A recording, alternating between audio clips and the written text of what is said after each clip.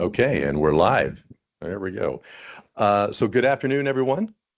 Welcome to Roanoke's 2026 Risk Symposium. I'm Matt Reese, Regional Vice President for Roanoke, and joining me today as my co-host is Eric Wilsgard. He will also a Roanoke Regional Vice President. We're very excited to have everyone with us, both in person. We have a full house here for those that are joining us virtually. We have hundreds of people logged on already virtually, so thank you for joining us as well. For those of you that remember last year, there were, as always, several pressing industry issues. Our president and CEO, Karen Rizzuto, said, you know what we should do? We should get a panel of subject matter experts together and do a risk symposium and talk about those issues. And we did. That was our first one last year. It was wildly successful. And so welcome to the second Roanoke Risk Symposium. Unfortunately, in the years since last year, the world has only gotten more complicated, not less complicated. So to combat the challenges that are facing us, we have compiled a fantastic lineup of speakers today who will be sharing their perspectives on some of the most significant challenges facing the trade and transportation industry. For those of you that can see, those that are offline can't, but we have an agenda over here, and you've seen it online, but we're going to be talking tariffs and custom enforcement. We'll have another panel on cargo theft and fraud. And lastly, the growing expectations around risk management and enforceability or accountability. So whether you're a customs broker, a freight forwarder, an importer, transportation provider, one of our industry partners, you're going to walk away today with some practical insights, some fresh perspectives, and ideas that you can put to work right away. Before we get started on that, though, Eric is going to run us through a few housekeeping items. Eric? Absolutely. Thanks, Matt. Like Matt said, I'm the RVP in our Charleston office, our Southeast region. This was a big hit last year. We were very excited to do this again. We've actually expanded it a bit, made it a little longer. This is a long session. I'm going to go over. Can you all hear me? Can you hear me now? There we go. All right, I'll put it right up to my face. All right. So I'm going to go over the rules. Anyways, this was a big hit last year. We were all very excited to do this again. We're thankful you all are here, both here in person and online. So here's the rules, if you will. We'll have 10-minute breaks between sessions. Bathrooms, for those here in person, the bathrooms are just out the door to the left. For those online, I don't know where your bathroom is, but I hope you can find it. Live stream, there's going to be a pause. It's just going to pause your screen. It's not ending or anything like that. You'll know when to come back on. It'll come back live again. Take advantage of those 10-minute breaks, though, because like I said, this is a pretty long session. It's a lot of information. You need that 10 minutes just to get it all sink in. Let's see what else. Continuing education. If you're after CE credits, don't worry about those right now. Those will come to you in an email after this. So any questions you have about that, we can address later. Sorry, I keep dropping the mic. But yeah, that'll come to you afterward. Phones, I think we all know this by now. Keep them on silent, please. Additionally, this room has mics, as you can see in the ceiling. They pick up everything. So try to keep the whispers to a lower than a whisper. They're very sensitive, except for mine, apparently. Let's see what else. Questions. We're going to have Q&As. So there'll be virtual Q&A and in-person Q&A. Matt's going to walk around. Anybody that has questions in this room, probably address those maybe first. Just raise your hand. We have about 10 minutes, kind of give or take, depending on how long the sessions go, that we can address these questions, but we're going to try to answer as many as we can, because I'm sure there will be plenty. Lastly, this is being recorded. I think everybody knows that. Be on your best behavior with curse words, especially you, Matt. And technical issues, I think this is kind of known, but you come into any problems virtually, leave Teams, reset it, and rejoin the meeting. That usually is the only thing that works. But otherwise, that's it, and we're ready to get started. Okay, fantastic. Thank you, Eric. Very much appreciate that. And I'm going to turn it over to the first moderator, Daniel Stevenson, a Regional Vice President for Roanoke. Dan, take it away. Thank you, Matt. Like you said, my name is Daniel Stevenson. I'm the Regional Vice President in Roanoke's New York office. To my left are Patrice Lafayette, Regional Vice President in Roanoke's Long Beach, California office. A Foreign Trade Association board member and a member of several association committees. And also here is Colleen Clark, Senior Vice President for Surety and Trade Relations, former member of COAC, AAEI board member and current president of the International Trade Surety Association. During our panel today, we'll touch on a variety of topics, including tariff enforcement trends, custom bond exposures, and broker accountability. Our panel will share their insights and expertise, and we also have time for a Q&A after. So let's go ahead and start. The first segment is what's changed in the current environment. So what recent developments are having the greatest impact on the customs bond environment? I would say tariffs, and more tariffs. I don't think that's a word that people aren't used to hearing these days. Certainly, 18 months ago, maybe not nearly as much as we do today. I think it's challenging as the months go on. The speed of the change is challenging for the entire industry, including software vendors. I mean, it's not something we've thought about in the past. There's new tariffs that came out last week. We don't know what's going to happen in the future. We had IEEPA refunds, so there's that challenge of trying to figure that out with your clients or as an importer yourself, and then trying to figure out how to forecast. I mean, many of you have heard us speak over the years, especially more recently, on trying to find the right bond amount, and I think that has become a bigger challenge than we've ever seen before. As a result of the tariffs, we've seen a significant change in mandated increases from customs. Over the last couple of months, with the IEEPA refunds, we have seen a decrease in the mandated increases, but I suspect as of last week and those changes, that's all just going to kind of go back to normal. But again, even if you have a crystal ball, I don't think that you can predict any of this. So I think one of the challenges is us trying to keep up with the speed of how the changes are occurring, and that goes for every sector of our industry. And I think also, Colleen's going to talk about increased enforcement and the changes that have come out from customs recently. Right, thank you, Patrice. So increased enforcement, that's obviously a major issue right now with our government. The Department of Justice came out with the Resource Guide to Trade Fraud Enforcement just recently in the last few weeks. The conclusion was trade fraud is a major enforcement priority for our government. It's a threat to the U.S. economy, domestic industries, and national security. The enforcement focuses mainly on ensuring importers are paying the required duties, taxes, and fees and comply with all customs laws. What does it have to do with the bond? Well, the bond covers that if the importer doesn't. The bond is a contract between the importer and the surety, guaranteeing that customs will be paid all lawfully owed duties, taxes, and fees. They have joint and several liability, so if the importer doesn't address it, the surety has to. So that's the enforcement factor is affecting the surety underwriting as well. Some of the common types of fraud that came out in this report, and it's pretty evident, I think we all know this, invalid country of origin, misclassification, valuation, undervaluing their goods, evasion of trade remedies, transshipping through other countries to say that, oh, it's from some other country rather than a country where there's anti-dumping, smuggling prohibited goods, shell companies, we've seen that. I'd love to throw out some statistics, you know me, right? Customs collections. Duties, taxes, and fees collected in fiscal 2024 was $88 billion.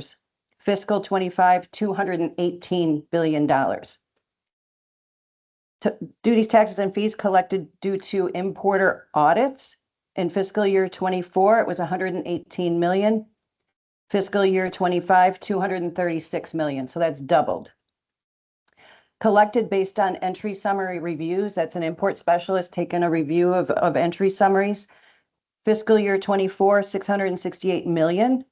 25, 34 billion.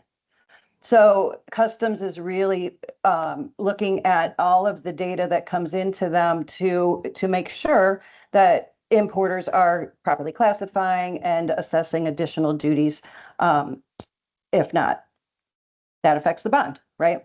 Then we have the legislation. Earlier this year, there was a Senate and a House bill. They were complementary bills, Securing Accountability in Foreign Entries Act, that called for increasing the minimum bond amount to $100,000. the mandatory vetting of domestic importers to ensure they actually have a physical presence here. They should have a US bank account. You know, the government is going away from checks. There was an EO last year sometime regarding payment to the government needs to be electronic, ACH funds. They won't accept checks any longer. You know that from your tax return, right? Maintaining access to low-risk importers while closing the loopholes on the bad actors. Then we have the executive order on June 3rd, which I like to call the legislation on steroids, because it's really expanded what the legislation initially was intended to do. Expected bond minimum increases, limiting non-resident importers, as well as risk-based bonding. We're not sure what that's going to look like now, but our Surety Association is submitting comments on that. There's also an issue with penalties versus liquidated damages in there as well, but this is going to be discussed in greater detail on one of our other panels. So what does this all mean as far as surety risk is concerned? Well, based on those collection, there's an increased number of claims that we're seeing coming in, or that our surety is seeing coming in, and the surety bond losses. In just 6 months this year, our surety partner has paid more in dollars than any other full year in the last 10 years. So that kind of tells you what all of these enforcement measures are doing as far as the surety risk is concerned.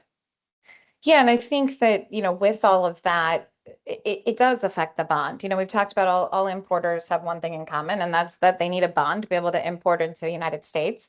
But some of these changes are forcing, you know, underwriters and surety companies to maybe change how they're looking at underwriting a bond, whether it's the size of the bond or the claims history overall. I mean, hearing that the claims are more in 10 months than they have been in 10 years, that's a significant change.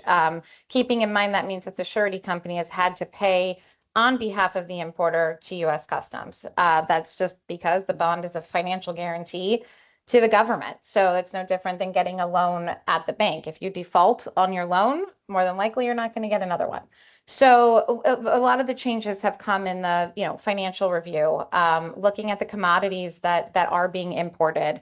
Are there non-resident importers? I know everyone's kind of heard that recently as well. We're going a little bit more detail of all of this as just overview. And then also a history of the bond claim. So as much as there are a lot of claims, there are still good importers out there. There are still good brokers out there that do resolve their claims.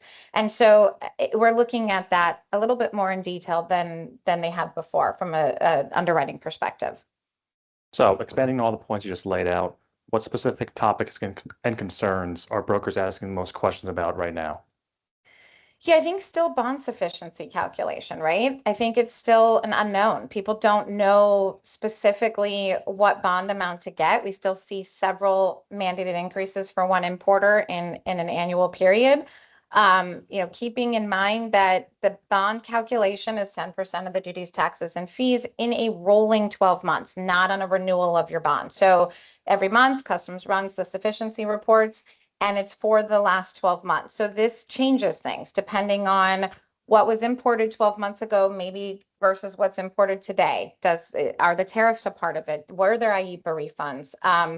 The current mandated increases, the IEEPA refunds are not considered in the sufficiency. So that does make a difference. A lot of people want to know why they can't reduce their bonds immediately if they received refunds, but they're not included in that sufficiency calculation.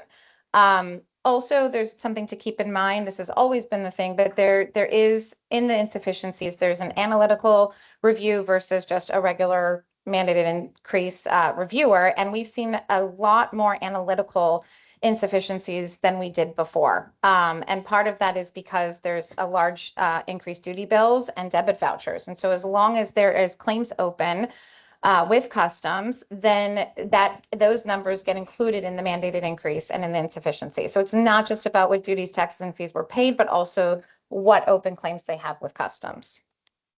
I think a lot of people are confused why the sufficiency does not entertain the fact that IEEPA refunds, if a CAPE has been accepted and refunds are the entry summary data is adjusted by Customs to reduce the estimated duty paid for those refunds. There's a lot of confusion around that. So what we found from customs is, number one, the guidelines for setting bond amounts is based on estimated duty. It specifically says estimated duty. It was estimated at that time of entry. Maybe it's unlawful, but at the time of entry, that's the amount they use. They look at the major version of the entry summary, meaning the trade version of the entry summary in ACE. There's trade can make changes to that entry summary. And then there's minor versions, and a minor version is only done by customs. They don't take into consideration minor versions of the entry summary when they're looking back the 12 months. The other thing to keep in mind, and we get this question from time to time, that customs looks at all entries in that rolling 12 months, regardless of liquidation. It's still a 12-month period. There can be liquidated entries in there, maybe some entries liquidated early. They still consider the duty amounts for those liquidated entries as long as they're in that 12-month rolling period. Okay, so we're gonna move on to our second segment, customs bonds under pressure. How have the changing tariffs and heightened CBP enforcement affected surety underwriting considerations?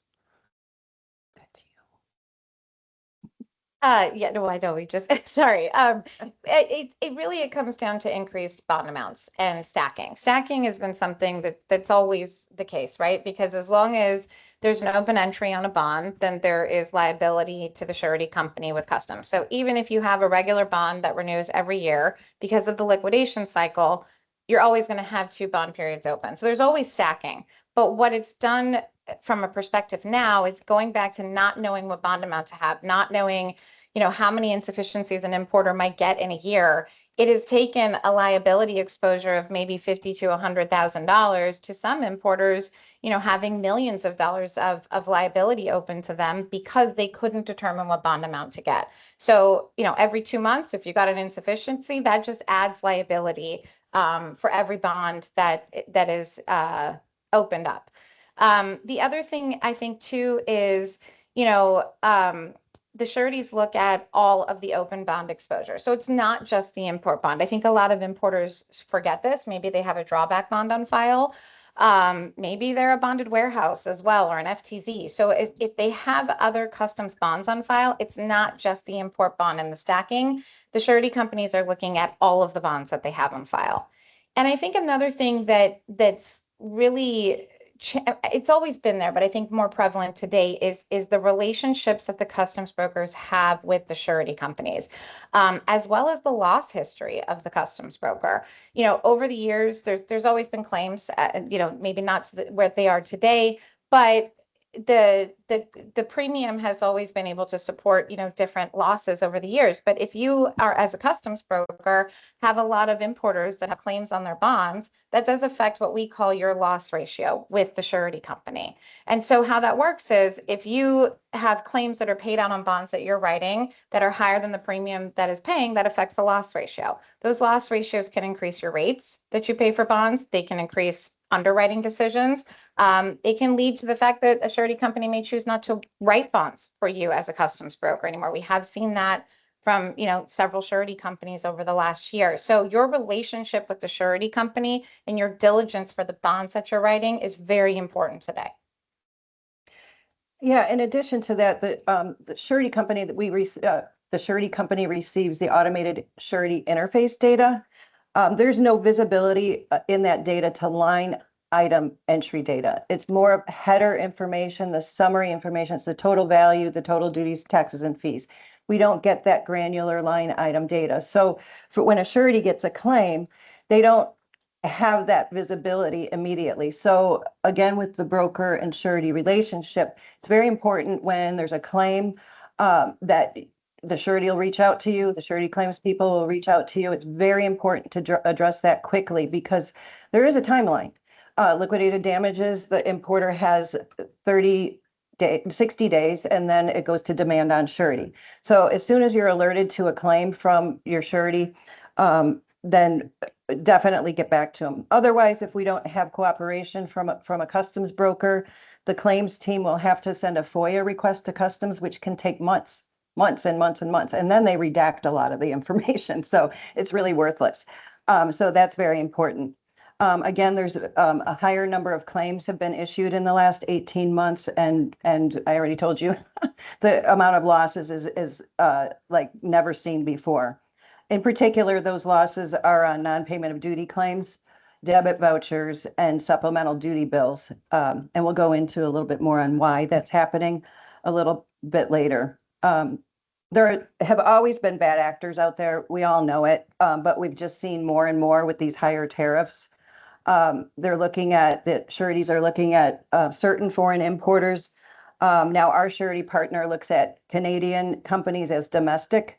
So those tend to be less risk than some other foreign importer locations.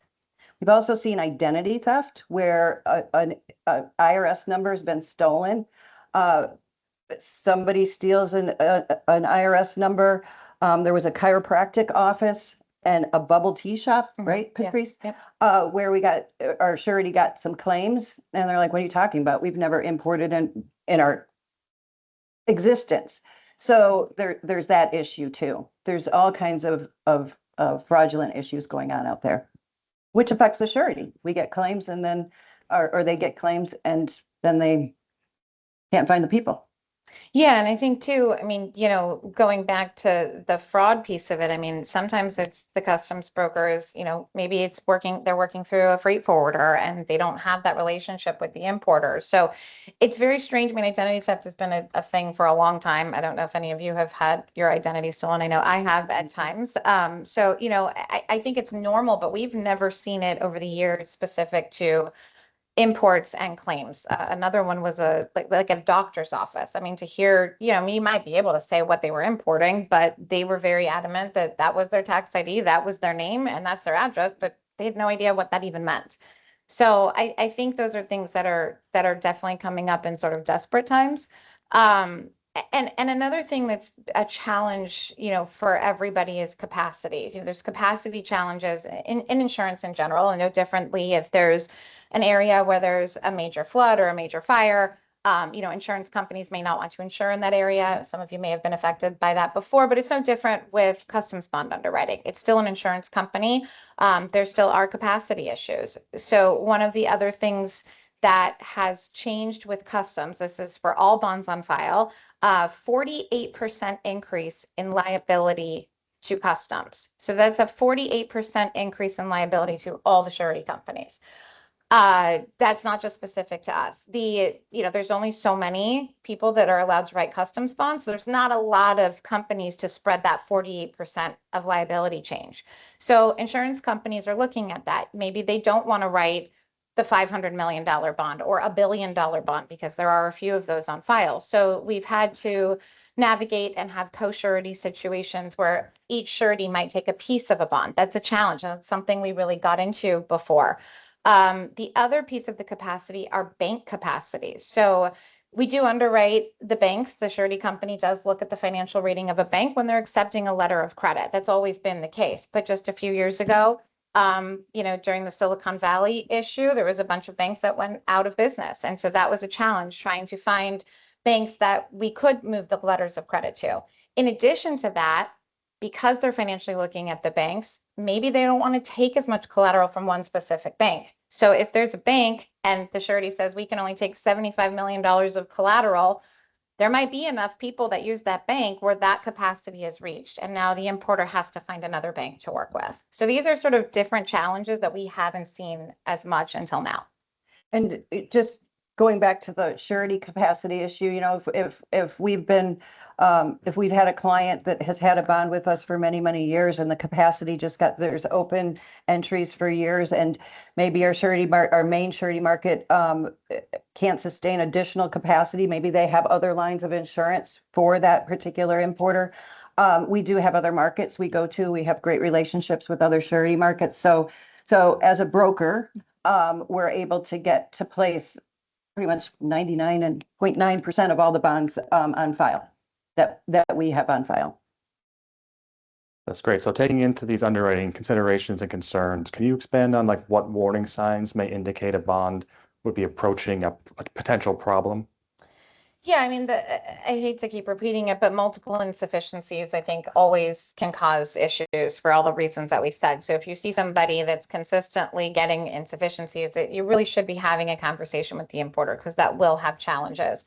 Another thing with that is if you're getting brand new customers and they just want $50,000 in a bond, they could have had an insufficiency with another broker or another surety company, and they're trying to get around that. So they're asking for a $50,000 bond. Customs will catch it, once they run another insufficiency. But those are some red flags. So having conversations with them about the bond amount, especially when they're only 50,000. Anti-dumping is still a thing. I feel like we never talk about it I know, anymore. right? But it is still a thing and it's still real. So in the last few, at least year, we've seen a lot of entry changes from a type 1 to a type 3. So general merchandise to anti-dumping. And I don't know if that's just a challenge of the importers not knowing, specifically what they're importing. They're not looking at the resources that they have, or if it's the customs broker, but that is a red flag when you start to see that, because that does change the underwriting on the bond. Also extensions of entries. There are reasons to have extended entries. Part of that could have come from, any kind of post summary corrections that have been filed, or even refunds, but extended entries do extend the liability to the surety company. So that does have red flags. The surety really relies on the customs broker for details. So the biggest thing that anybody can help the surety company and your clients with is giving as much detail as you can, explaining the situation, explaining the story, because the more that we can take it to the underwriter and tell them what the story is, there might be explanations that make sense that we can help with the underwriting process. Yeah, and back to when Patrice mentioned that a new client, a customs broker will get a new client and they're just requesting a $50,000 bond, could be under insufficiency, maybe with different surety, different broker. If you just file a $50,000 bond, customs is actually looking at those for all the insufficiencies they sent that month. If they haven't been replaced, customs will look at it or just look at the amounts to make sure they were replaced at least the correct amount. And they'll render those bonds insufficient, which means they can't use it, number one. And just because it's rendered insufficient doesn't mean the bond is terminated. It takes 15 days to terminate a bond. And if a bond is rendered insufficient, it's at least 15 days before a new bond can go in place. So it's always important to really work with new clients to really know what their bond amount should be for sufficiency issues. The other thing that we're seeing here, the warning signs, is bonds with entries made by multiple filers. The underwriters that are with our surety company, they're constantly reviewing entries. They get alerts on entries where there's a bond that maybe has 8 different customs brokers filing entries on it. That really has become a red flag for claims and losses for some brokers that we've seen have high losses. So that's one thing if you're writing the bond, make sure you have at least a good portion of all their entry business too. The importer can use any broker they want. So it affects the broker of record when other filers file entries. DDP shipments. This really never was an issue before. I mean, you saw a lot of it out on the West Coast, right, Yeah. Patrice? But we're seeing more and more duty bills on DDP shipments. We've never really seen that in the past, but a lot of bills are coming out of DDP shipments. The discovery of multiple importers at the same address. Oh my goodness. We discovered one, was it over 800? 800 companies at the exact same address.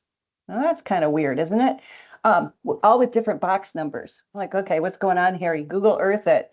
It's like a little office building. How could they possibly have all these companies in that little office building? Well, come to find out, it was the address of an agent for service, a processor, a registered agent, using their physical address for all of these new trading company LLCs. So they were using the physical address of the registered agent as opposed to the true physical address. When you did a bond query or a 5106 query, it really wasn't their address, right? So those are some red flags that we're seeing. If you even look in your own databases of common addresses, If you have a way to do that, then you'll discover it as well. Yeah, Google is your friend. Yes. for Google sure. Earth. So we're going to transition the segment through to stacking exposure, which we touched on briefly earlier. As we know on the surety side, stacking liability continues to be a major concern. So why do these situations create so much risk? Yeah, so it's just the same thing, right? So as long as there's an entry open, then the surety company has exposure for that full bond amount. And that really is where the risk is. And if there's anti-dumping, it's even riskier because that liquidation process on average is 7 years, although we've closed claims that are 20, 30 years old. But 7 years or even going into 20, a lot of the importers aren't around anymore. And so I think that's where a lot of the stacking becomes a bigger issue. And even today, there's a lot of new importers and, or a lot of different people that are trying to at least set up a new company. And so as that continues to happen with the stacking, it just creates more and more exposure that really hasn't been there before. It also increases letters of credit, trying to surety companies are asking for letters of credit maybe a little bit sooner than they have before. The risk is not the same that they want to take on today that maybe they were willing to 5-10 years ago. We've talked about over the years, claims and obviously the economy changes how the underwriters look at things. And in 2008, I always talk about this, but the economy had a downfall. And so a lot of the collateral was there because financials didn't support it. But today what's a little unique is you might see financials supporting it, but only for a year. And so the surety companies really are looking at, over a couple of years and looking at where the cash is coming from. Is it just from refunds? Is it an influx? Even during COVID, there was several, companies that looked really good on a financial statement. Maybe they were a ton of, people were ordering gym equipment for their home, but you can only have so many treadmills. And so, those financials may have looked good then, but they're looking at the patterns and where those insufficiencies are coming into play as well. Anti-dumping and countervailing duty and then extension and suspension of entries obviously keep the bond periods open. And I talked about it before, but CAPE extensions and post-summary corrections, those do change the liquidation process. So it leaves liability longer for the surety to take on. Yeah, I know at least on our side, we got a lot of questions from importers specifically, about what exactly stacking liability is. It's a very confusing concept, but can you expand on what the most common misconceptions around stacking liability are? Right, yeah, it is a constant battle with importers not understanding the life cycle of customs entries, and we know the broker industry has that battle as well. Some porters just believe that, okay, I made my entry, it's been released, I paid my duty, it's done. That's not true. It takes up to a year to liquidate, 314 days, 11 months, whatever it is. So there's that stacking liability, that tail of liability. It's regulatory as well. In the Code of Federal Regulations, Section 113.3 states the surety as well as the principal remains liable on a terminated bond for obligations incurred prior to termination. Now it says termination, but that's true for even existing bonds that renew. So the liability still exists until all entries are liquidated. The definition of liquidation, the final computation or ascertainment of duties. The bond is in place for that immediate release of goods, like I mentioned earlier. So that final ascertainment of duties and compliance with all admissibility as well. And if there's other government agency involvement, participating government agency, there could be redelivery. So there's all kinds of other issues, not just revenue related, but admissibility issues. The time frame is essentially a year. I mentioned that, but customs can extend that, like Patrice mentioned. Yeah, the importer can or customs, but yeah. And so how could brokers better monitor these situations you were talking about? Yeah, so our fast bond system has management reports, and so we've built reports specifically to help brokers manage these situations. We also have sufficiency alerts. So before the mandated increase comes out, our system automatically sets it up at 90% of saturation and then at 100%. And I can guarantee you pretty much the next month you'll receive a mandated increase. Those numbers can be adjusted if you want to follow an importer differently, or if they have anti-dumping, we can certainly lower those numbers specific to the broker. There's also reports in our system with extended and suspended entries, liquidated damages and increased duty bills. And there's reports based on your filer code. So even if you're not the broker of record, it's based off your filer codes. If you filed an entry, you can see the history of what we get downloaded from customs based on your filer code, or if you're also the broker of record, you can see that data. So back to when Colleen was talking about maybe not being the only broker that is filing entries, you can run reports in FastBond that show you that information. And again, there might be a reason why. I think before remote filing, it definitely made sense. Right. Even today, maybe somewhat, but not always. And I think those are things to really look into, and making sure that you're managing that relationship and managing that bond.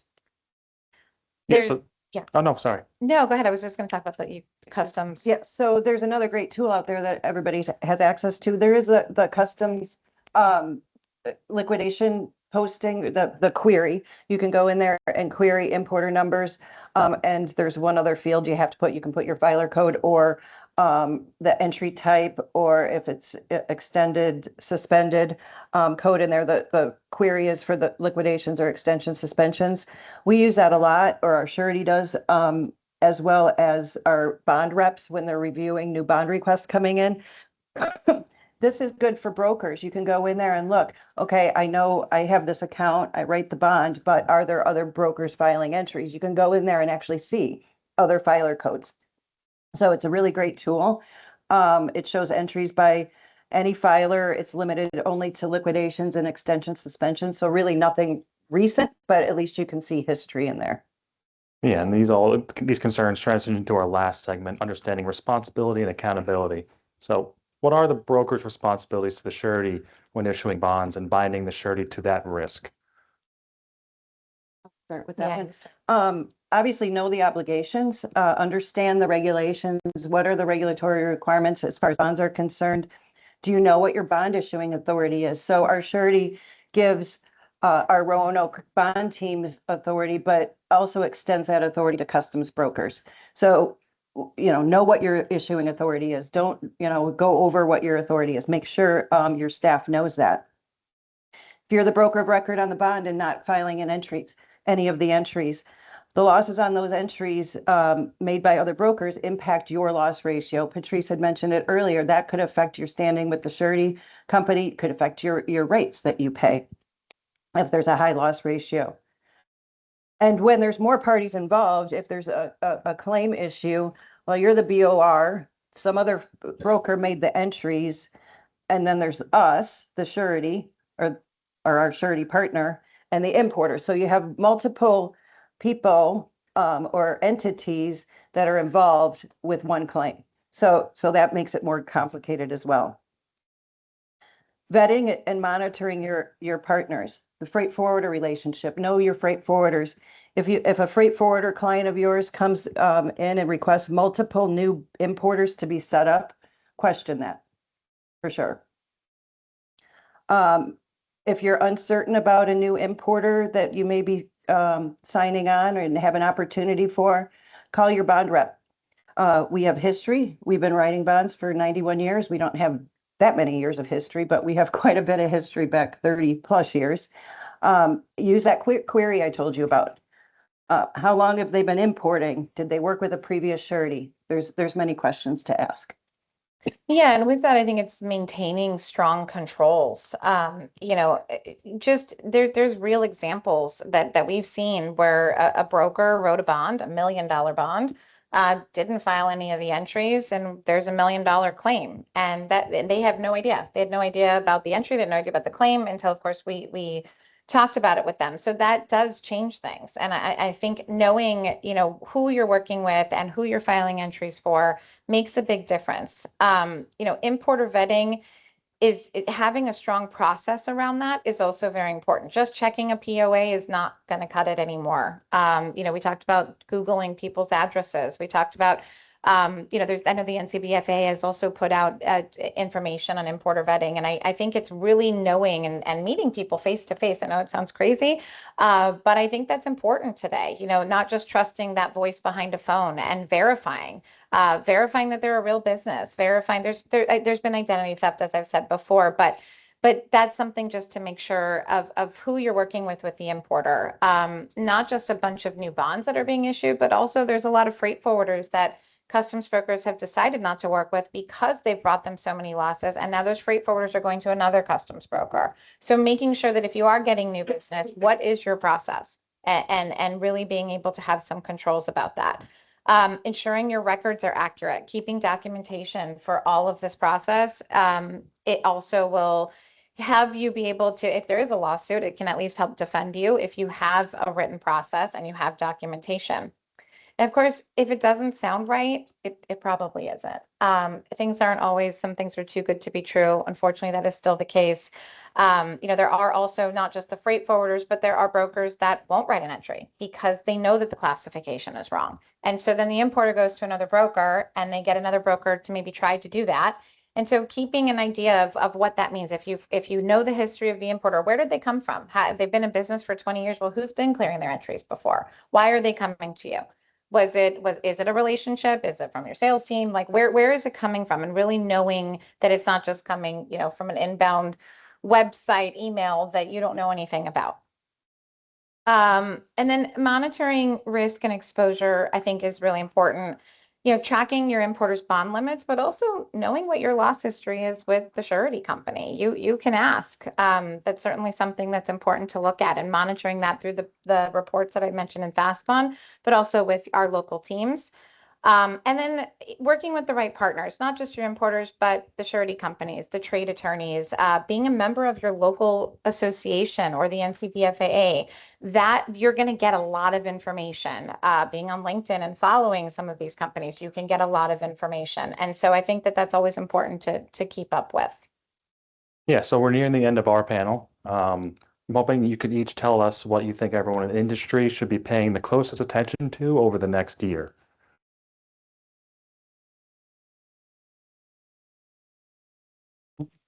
Enforcement trends. That's where we started, right? We're seeing all kinds of enforcement right now. Higher dollars mean, some people want to avoid paying more, so they're going to use everything they can to avoid paying duties, but then it just ends up in claim. One thing I did want to touch on really quick that we didn't get to in a different section was we've had some brokers with their own bonds, own import bonds, and acting as importer of record for your importer clients. Rethink that, because as the importer of record, the broker is responsible for any duties owed, any kind of violations. In fact, there is a section in the executive order that came out recently indicating a broker cannot act as importer of record for importers not in good standing. Well, we don't know what the answer to the good standing is yet, but just a warning out there, don't act as importer of record for your client ever. I know it's it's true. I mean, I know there's reasons. Again, there's a business decision and a reason for everything, but understand, you are taking on a significant liability. I think what I would say is education, not just for yourself, for anybody on your team, anybody in your company, also for importers. There's an old saying that knowledge is power. I think that's even more true today than it ever has been. With all of the changes going on, I think you have to continuously educate yourself and your staff, and stay on top of that. Absolutely. Thank you for that. And we're going to turn over back to Eric and Matt. All right. Well, that is, as usual, a wealth of information from you folks. I mean, you guys are the best. You could go on for probably a couple more hours. Unfortunately. But thank you. All three of you. That was fantastic. I think the takeaway, is as it was last year. Tariffs, the word of the day, and being proactive in communication. I mean, just communicating with your clients, communicating with these importers. It's a four-way bridge. You've got the surety, the broker, the customs broker, and the importer. And we all have to kind of get along and work together. And communication is really the strongest way to do that. So let's see what we've got for Q&A. Anyone in the before we open it up to our virtual friends, and we know there've been a lot of questions that have come in. I know I saw some populating there, but we've got a lovely live audience here today. So if anybody has questions, we would love to hear from you. I have this microphone, which I will put in front of you. Scott, Mr. Scott Case. Thank you. A question for you.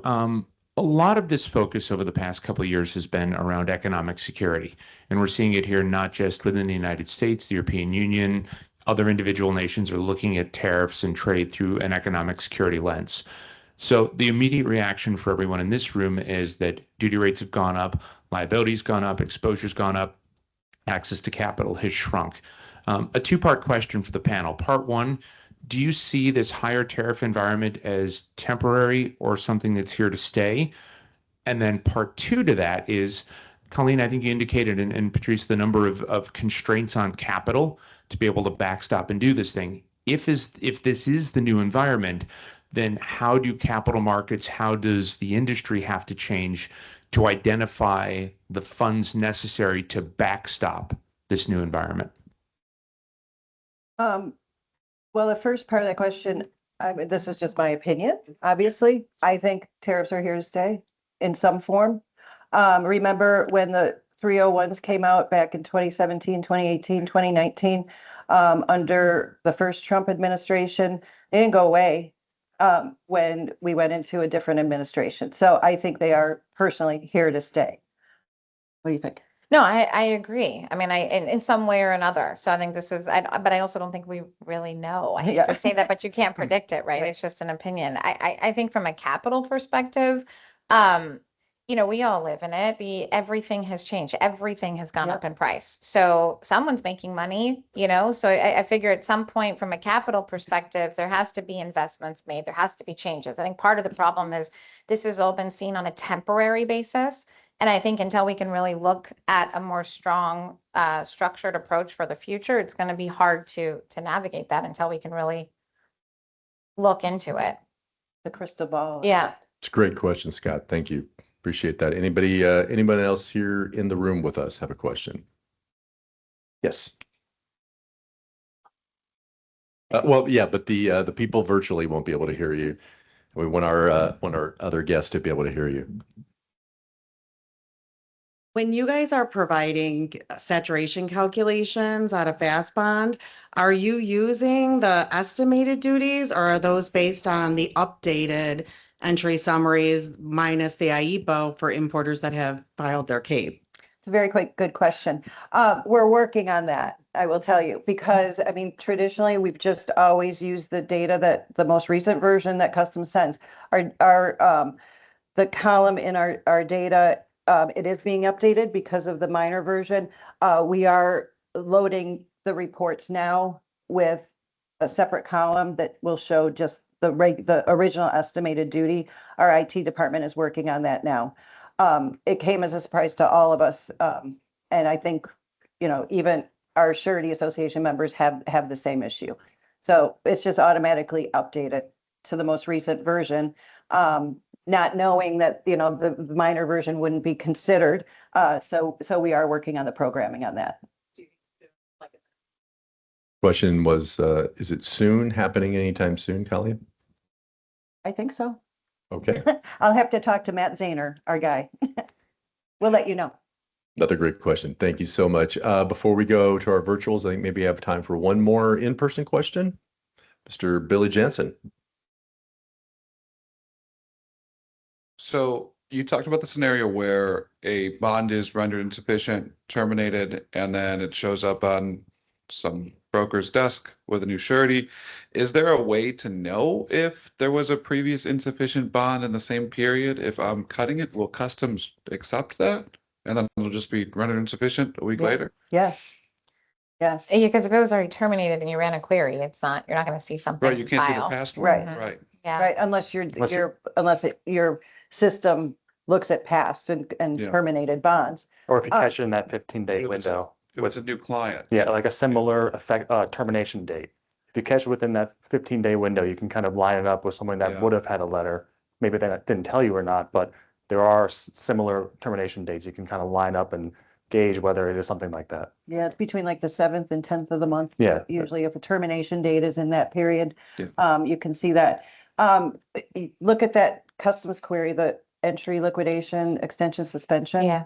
That could help you too. You'll see if they've had entries on file on Right. the Customs website. Through the portal, yeah. Yeah. Okay. So if you see that, and then you Good can idea. say to them, look, you clearly aren't a new importer, and have that conversation of why they're changing their bond. That's And we've really good seen it. feedback. I mean, we've totally seen it, Yeah. where they're jumping from broker to broker and had a 50, got an insufficiency and got a new 50. Oh, well, if that's it. Thanks, Billy. If that's it for the room, I've got a few. Yeah, I would say, thank you, everybody here in person with us. We've got a ton of questions virtually, so Eric's been sorting them. We'll turn it over to Eric. All right, I'm gonna try to not to bumble this one, but there's a, in the last year and a half, in addition to the IEPA 122, 301, and 232 duties, we've seen some increases to ADD CVD on otherwise duty-free entries. The return of Mexican tomato ADD and the new Canadian mushroom CVD have been impactful and added liability. Basically, the question is, how can we remain flexible and fast acting in this new environment when we're finding risk in unexpected corners? I think it's one of the biggest challenges of what we That's how talked we about started. from we started the conversation. I mean, it is absolutely a challenge. I think part of it is you can only do your best, right? You can only stay ahead as much as you can. It's inevitable. You might have an insufficiency, but as long as you're staying on top of that information, once that has changed, once there's a new tariff or an anti-dumping or countervailing duty, trying to predict what's for the future, having those conversations of, okay, how much are you going to continue to import for the next 12 months? Not just looking at the past, looking at the future, again, trying to predict, but Yeah, I mean, challenging. it's the crystal ball effect, Yeah. right? There are a lot of EPA investigations out there, you know, related to anti-dumping. That's more evasion related. I mean, those come as a surprise as well. So, I mean, try to keep yourself as informed as you can. Whether it's looking at customs notices, sign up for the CSMS messages that customs has. You know, even a lot of LinkedIn, you know, companies, attorneys have that information on pushing it out on LinkedIn. Talk to your compliance people, talk to your customs attorney. Can I offer a comment too?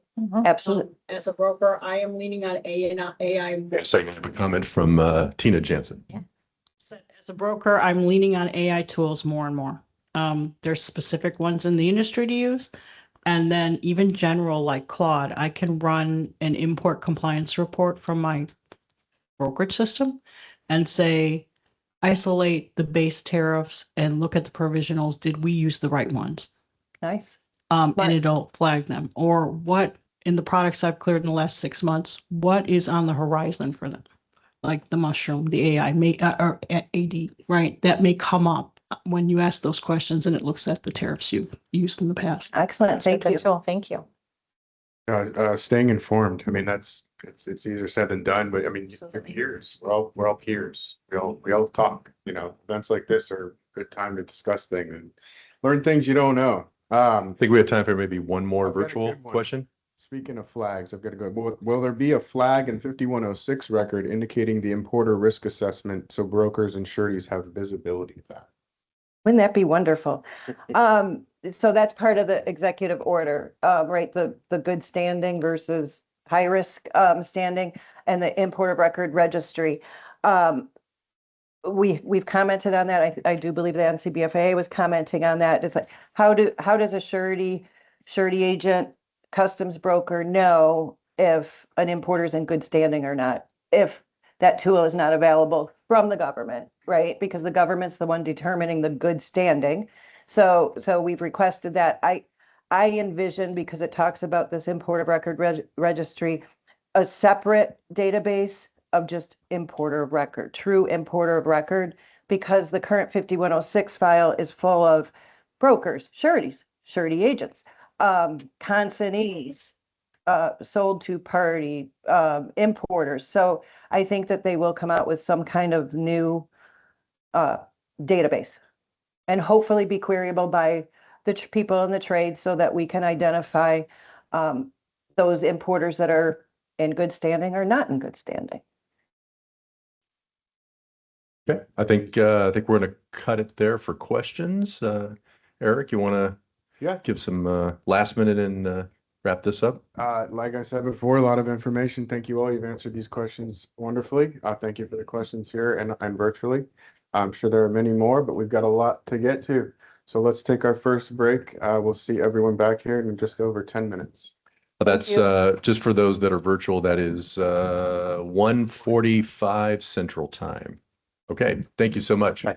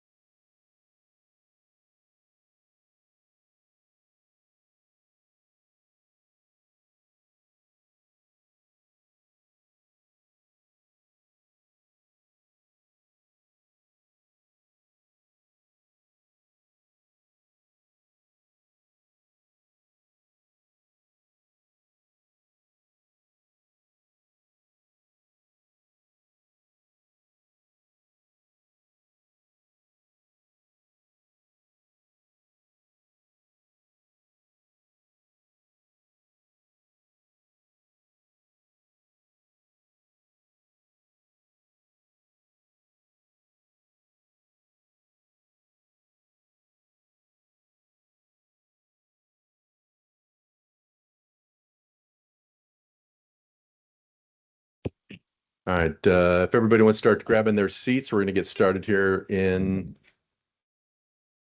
right now. No. Can Kylie, can someone let me know when we're back live? Kim, can let someone know when we're back live? Fantastic. Okay, thank you. So for those who just walked in, we got about a minute to start. If you want to grab your stuff, get seated, we'll get rocking and rolling here.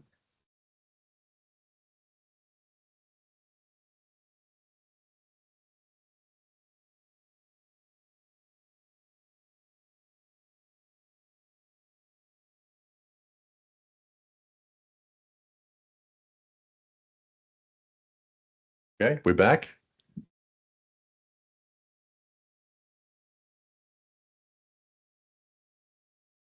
Okay, we are back.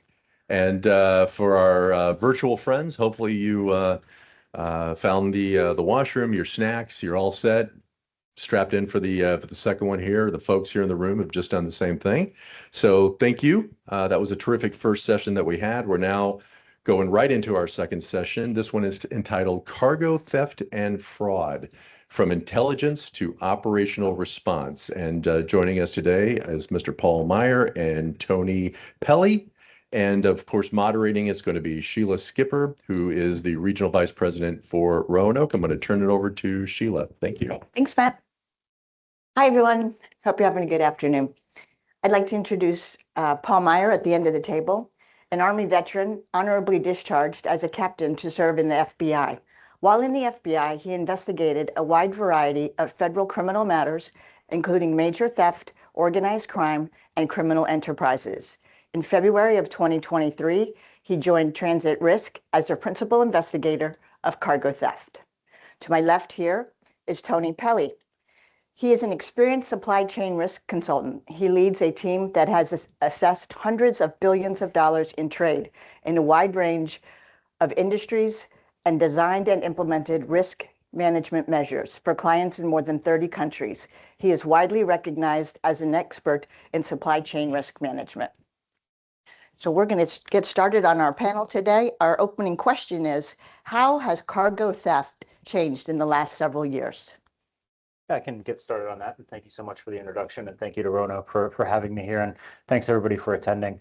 I think the main change that we've seen is that cargo theft historically has been focused on kind of the physical aspects. How do you harden the truck? How do you harden the warehouse? And the processes associated with that hardening. So how do you load the vehicle? How do you control stops that the truck is making? Those sorts of things.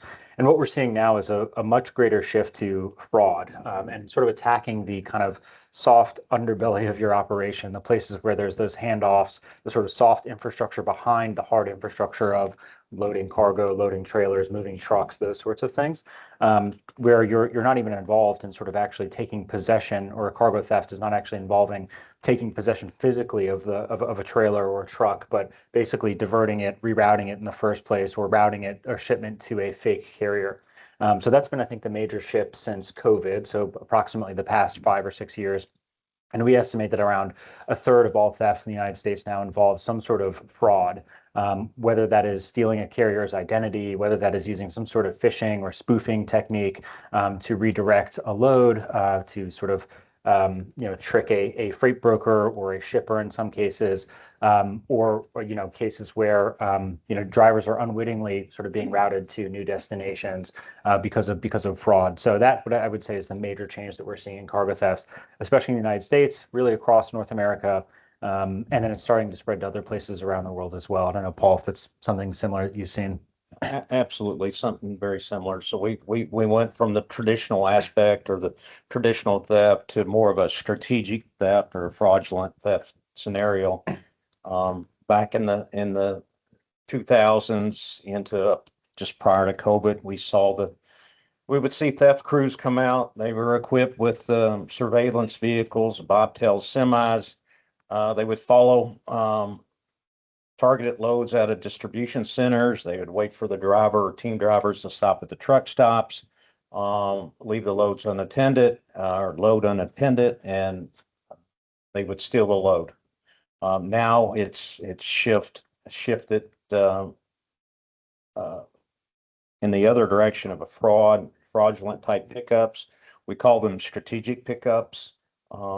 We still see the traditional theft, but the fraudulent thefts are on the rise.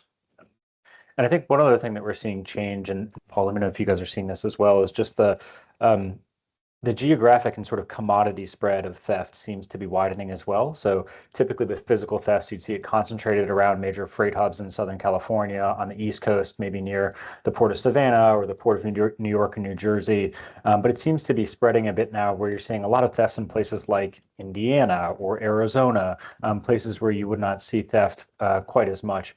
Traditionally, what we'd also see too is a kind of U shape for thefts in terms of the value of the commodity. You'd see sort of high value things like phones being targeted, pharmaceuticals being targeted very specifically with specific sort of resale networks already in place. And then on the other end, you'd have things like food, alcohol that is just very easily flippable. What we're seeing now, because of these strategic thefts and the ease in some cases of carrying them out, that sort of meaty middle part, we're seeing more thefts there with things like sneakers, appliances. I mean, the stuff that we see involved in these types of fraud thefts is shocking to me. Why would anybody steal that? But because the network's a bit more sophisticated, it's more stealable in a way that you don't have to have a way to immediately flip it necessarily, and it's not completely pre-planned like you would see with something like phones or pharmaceuticals. So I don't know if you're seeing something similar, but it does seem to have expanded quite a bit, and I'm always surprised by the types of things that are being stolen now. We still see like food goods. Yeah. Food and beverage, they're still on top of the list. Yeah. Household goods. Recently, we've seen a run on metals, coppers, nickel alloy, seafood, especially along the Northeast, involving the fraudulent thefts.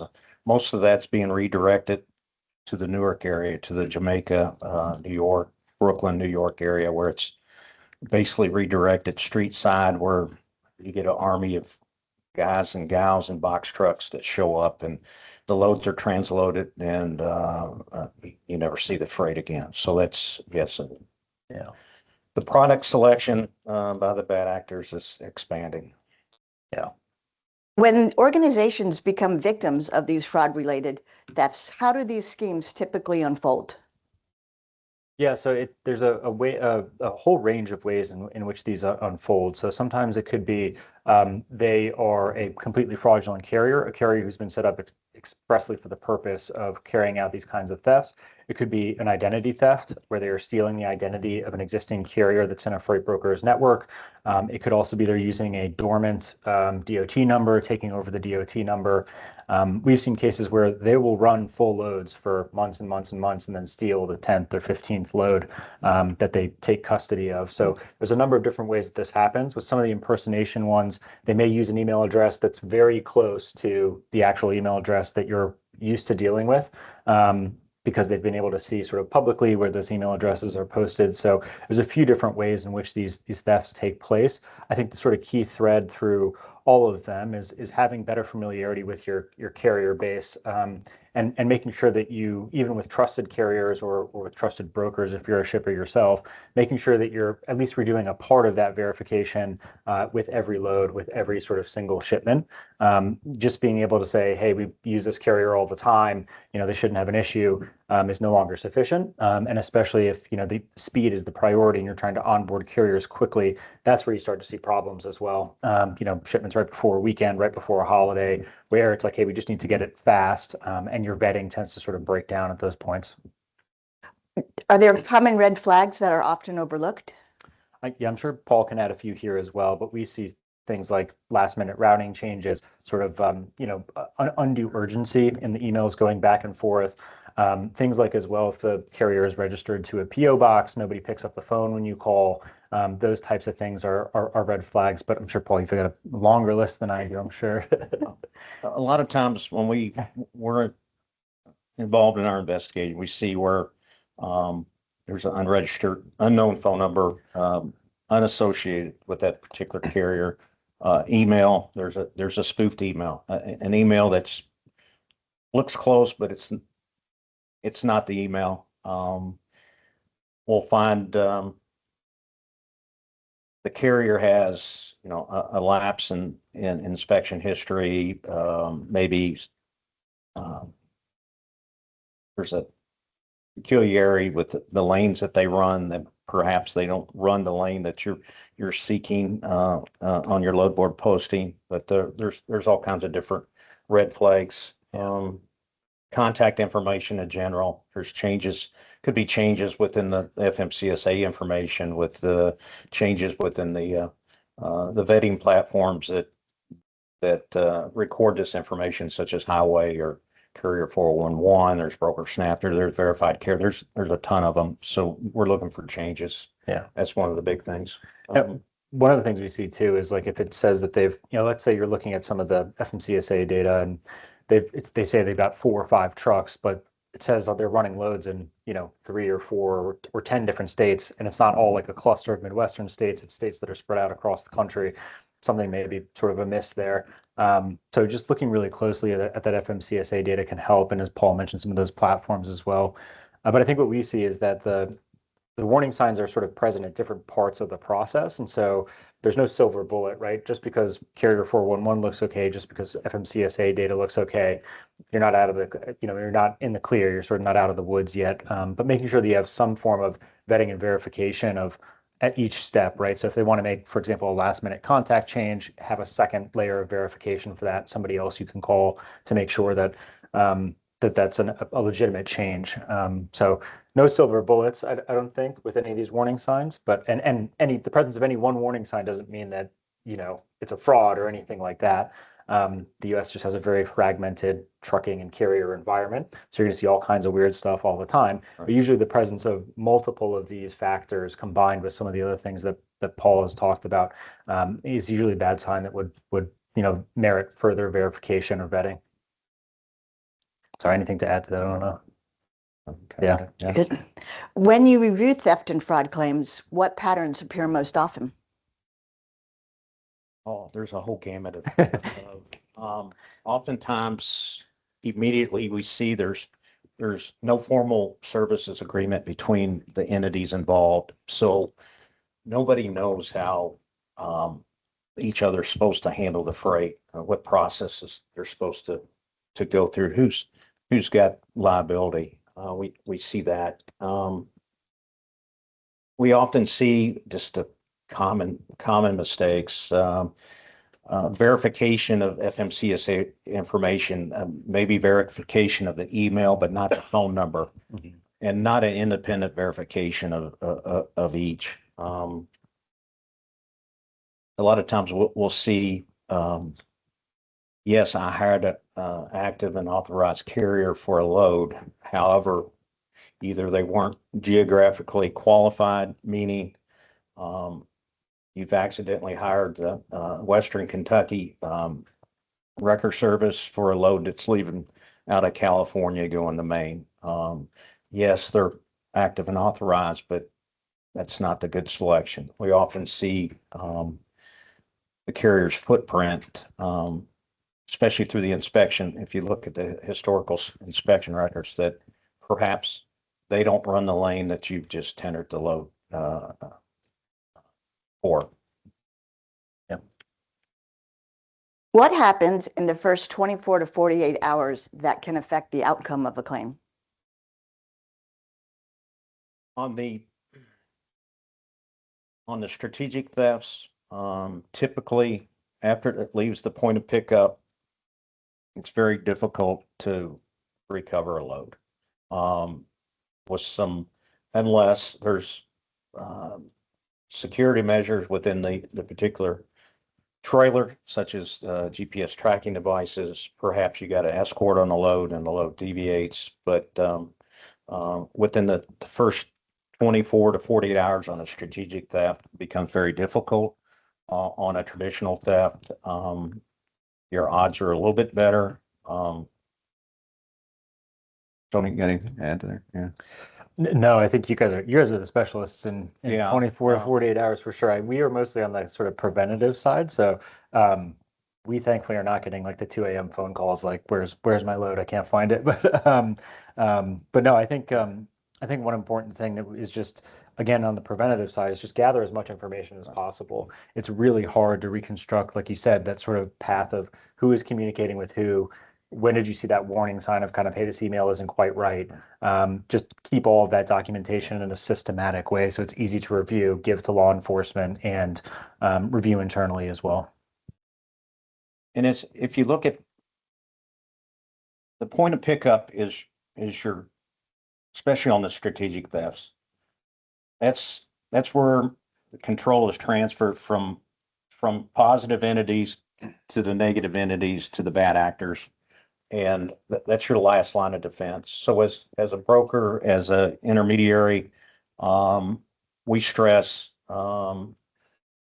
enhanced carrier information, collect it from the carrier that you're tendering for the load.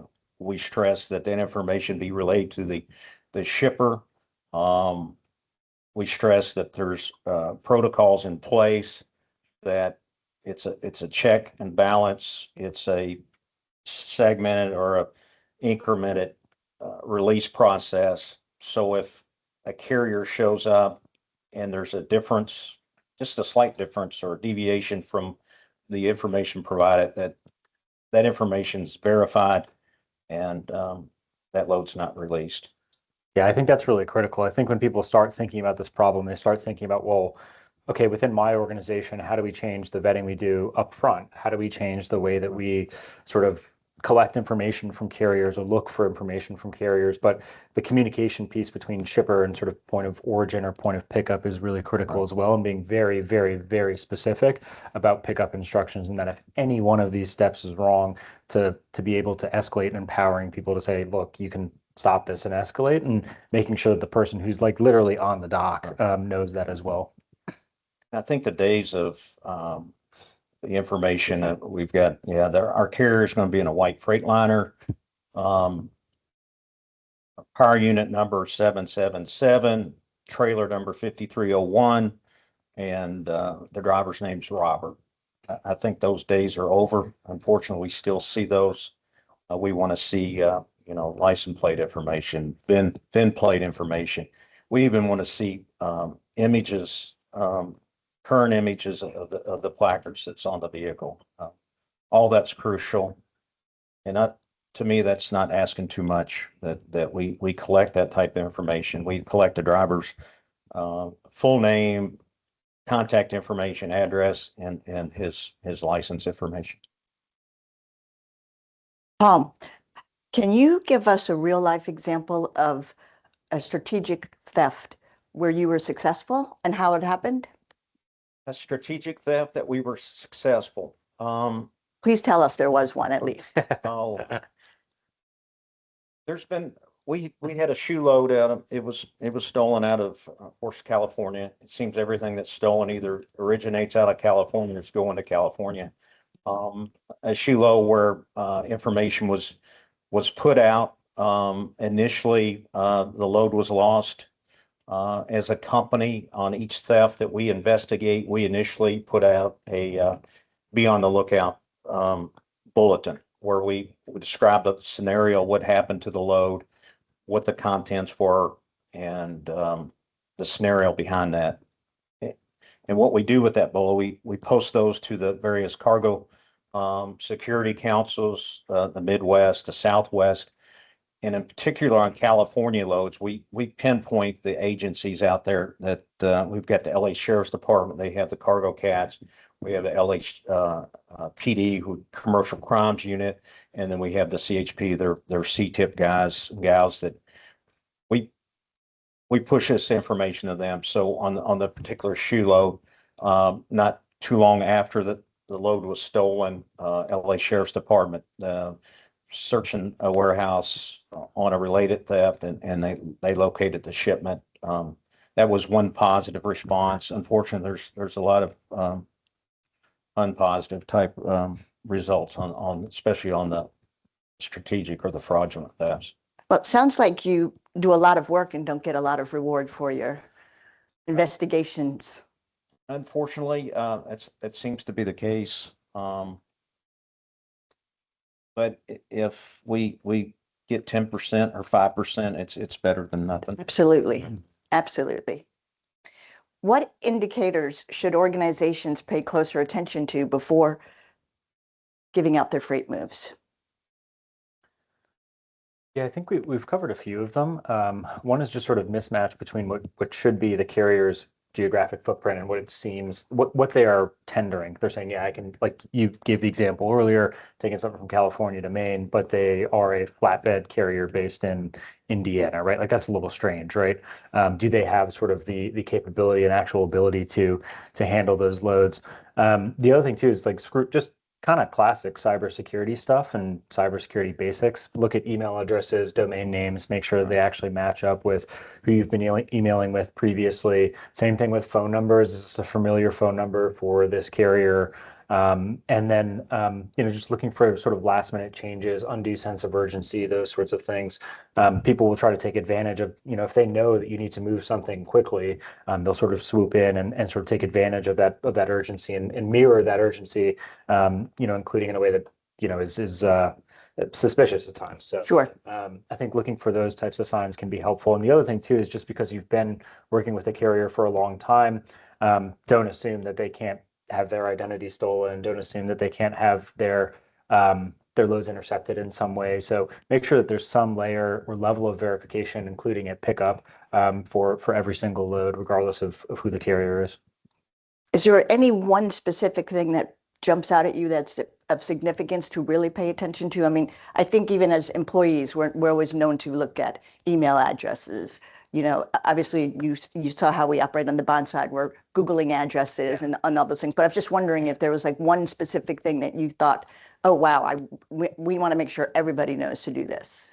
Yeah, I think the one warning sign that I would look out for, and Paul, I'd be interested to hear your thoughts on this as well, is if you're unable to get a hold of somebody quickly and you're unable to sort of get a real person on the phone, that would be probably the biggest warning sign.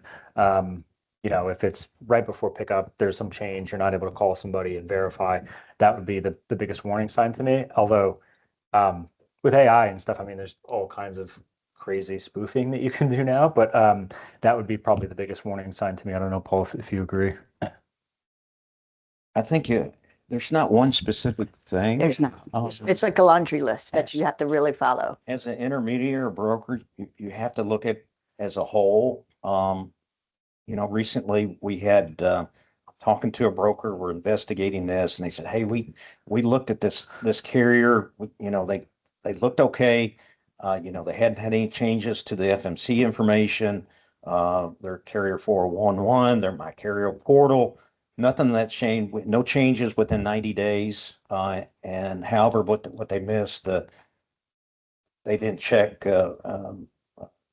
dissolution of the corporate entity in Minnesota. They missed that the carrier didn't have any inspection history over the last 24 months. But the carrier was still carrying insurance, still active and authorized, but just you have to look at it as a whole. Yeah, I do think I do think there is a danger in terms of saying, well, is there one thing that can prevent fraud? I don't think there is, unfortunately. It's just become so complex and sophisticated now that I think you need to look at sort of a pattern of signals of like, hey, this one thing is off. Okay, maybe we can do some additional verification around that, but there's 3 or 4 or 5 things. That's when you should really probably slow down. And use another carrier. Potentially use another carrier, yeah. Makes complete sense. Is there anything that you would suggest that employees never ignore? Lack of compliance with your instructions prior to pickup. If they refuse, unfortunately, at an intermediary level, typically you're not the one to put the physical GPS devices within the load or to embed them, conceal them in the load. So you're using tools like a MacroPoint or ForkHeights, or if they're failing to follow instructions prior to pickup, find somebody else. If they're not accepting tracking, they're late, they're giving you, just like truckers would do, hey, we're in traffic, can we reschedule for pickup for tomorrow? So there's telltale signs that maybe you need to move on and find somebody different. Yeah, I agree. Just I think a general evasiveness around requirements, around instructions, those kinds of things. That's something that should probably, maybe not a red flag, but at least sort of merit further questioning, investigation. Yeah. If organizations can only focus on a few improvements, where do you suggest that they begin? Yeah, I mean, I guess I'll start on maybe more the proactive side. I think first it starts with sort of mapping out your own lanes, the carriers that are sort of in your stable currently. Where are those, where are the handoffs? What instructions are you giving at the point of handoff? So sort of mapping your own network. What are the types of things that will attract theft? What are our high value lanes? Who are the carriers that have a good performance history? Who are the ones that have a poor performance history? So looking at kind of the your own process of vetting and onboarding carriers, as well as sort of where thieves are most likely to target sort of across your network, and then evaluate internally, are our people trained to see those warning signs? What would they do? How would they escalate? Do we have a plan for that? I think all the platforms are great, but let's say you spot a bad carrier on a platform, what do you do then? And if a salesperson is like, hey, I need to move this freight in the next 24 hours, are they empowered? Or is there a vetting team that can sort of overrule that or override that and say, hey, maybe this isn't such a good idea. We can handle the communication with the client. So down to that level of kind of customer account manager or salesperson, they need to be able to train to be trained to see some of these signs as well. Anything to add, Paul? I'm kind of the same, or establish that tiered structure of your carriers and your stable.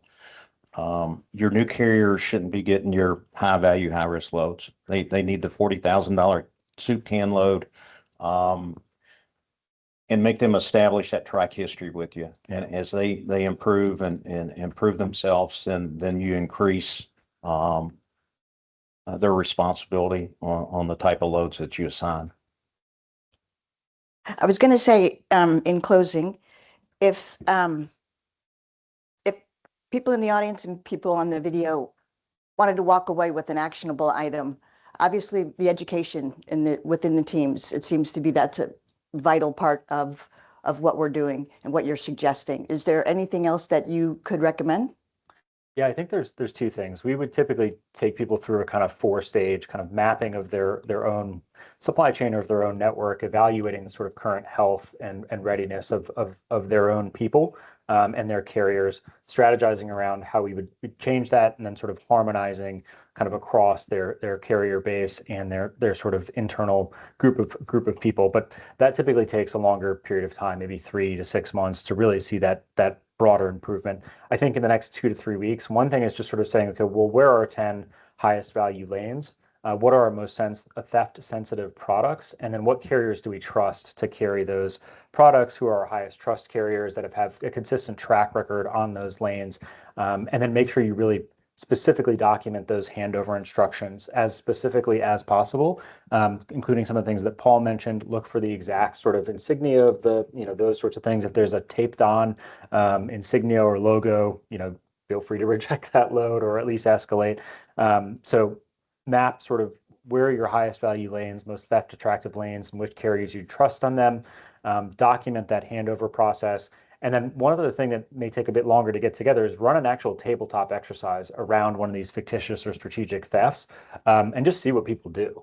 Include your salespeople, your account reps in those Great as idea. well. That's always very helpful, we find, and can really pinpoint a lot of gaps that you may not have known that you had.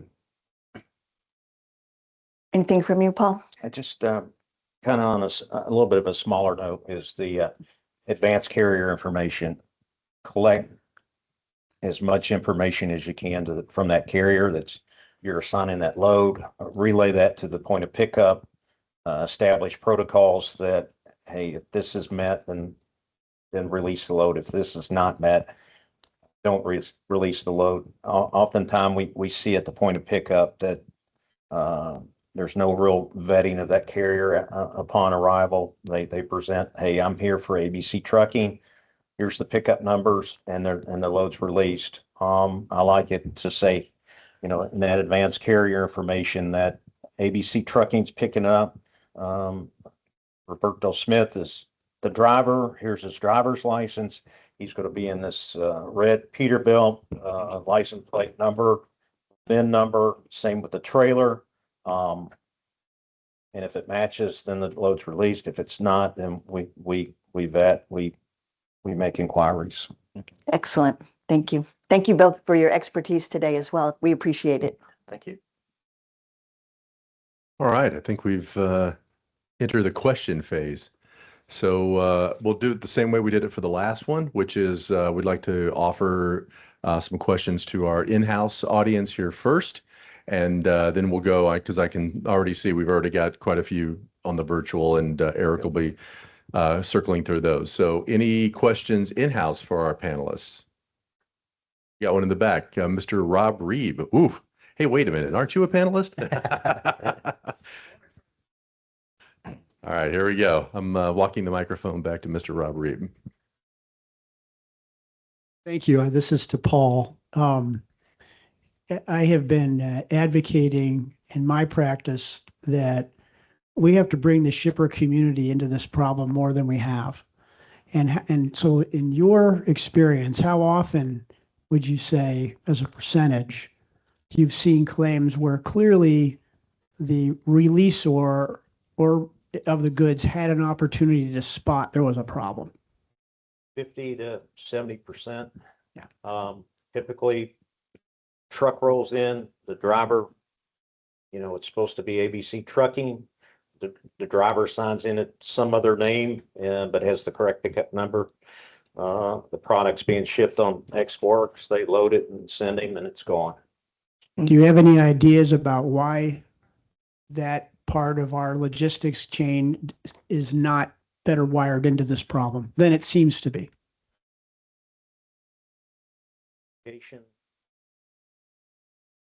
a hands-off type approach. I think the shippers, they're disconnected from the rest of us. I just raised this as something we should be talking about as an industry. How do we cooperate together to make this a better environment?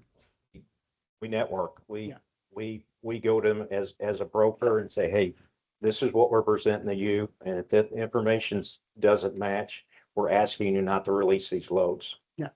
Good. Great question. And we have another one from our own Dave Pasco. Mr. Pasco. Well, Rob, you kind of stole what I was going to say or ask. And my question was, do you see any change in shippers' attitudes toward theft and wrongful release?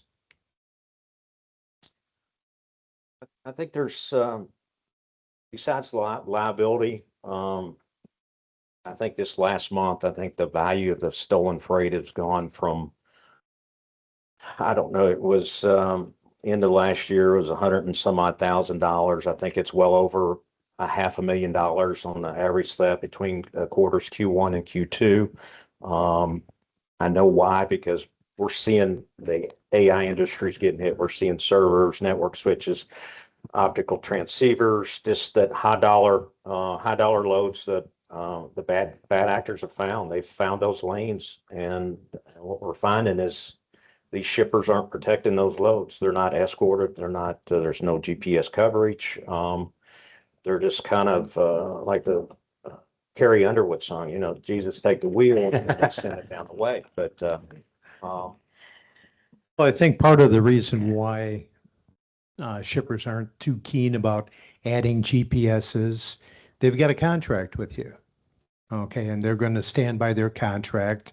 And when I was in freight, very clearly there was one customer that I had that we would provide them with GPS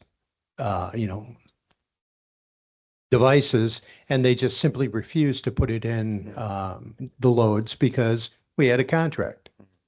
So everybody needs to get involved in this in order to solve it. Yeah, and I think a big part of it is educating shippers as well, that it's not just the financial loss, but it could slow or ruin a data center build. It could slow or ruin a product launch or rollout. So the business impact of these go beyond the actual loss itself, especially in industries like AI, like electronics, even like in personal care products and things like that, where speed to market is really critical. They're not just losing money, they're losing time as well.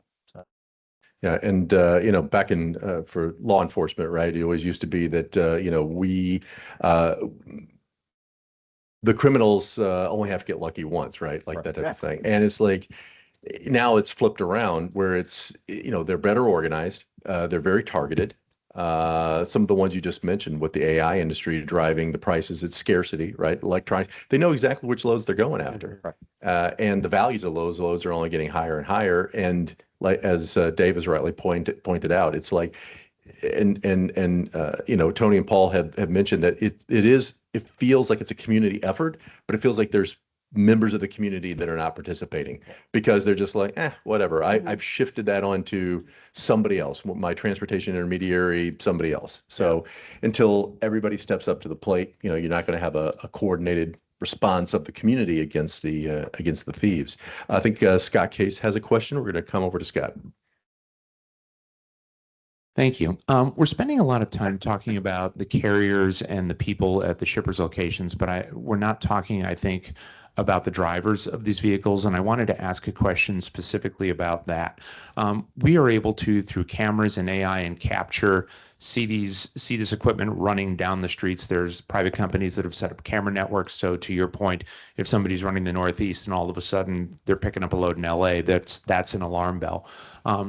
There is so much publicly available information about corporations, but now we get down to drivers. And having a driver's license doesn't necessarily mean that you have a legitimate driver's license. Is there an additional layer in this process where more validation of the driver that's doing these pickups can be done? I realize that there's probably a percentage that may be unwitting victims of fraud upstream from them. But there is also a percentage that are deliberate bad actors that either have presented fraudulent credentials or whatever. Can looking at the individual, are we able to look at the individual, or are there privacy concerns that are rightly in place for them, but make it a challenge for us that could be another step in securing a proper pickup or a proper pickup?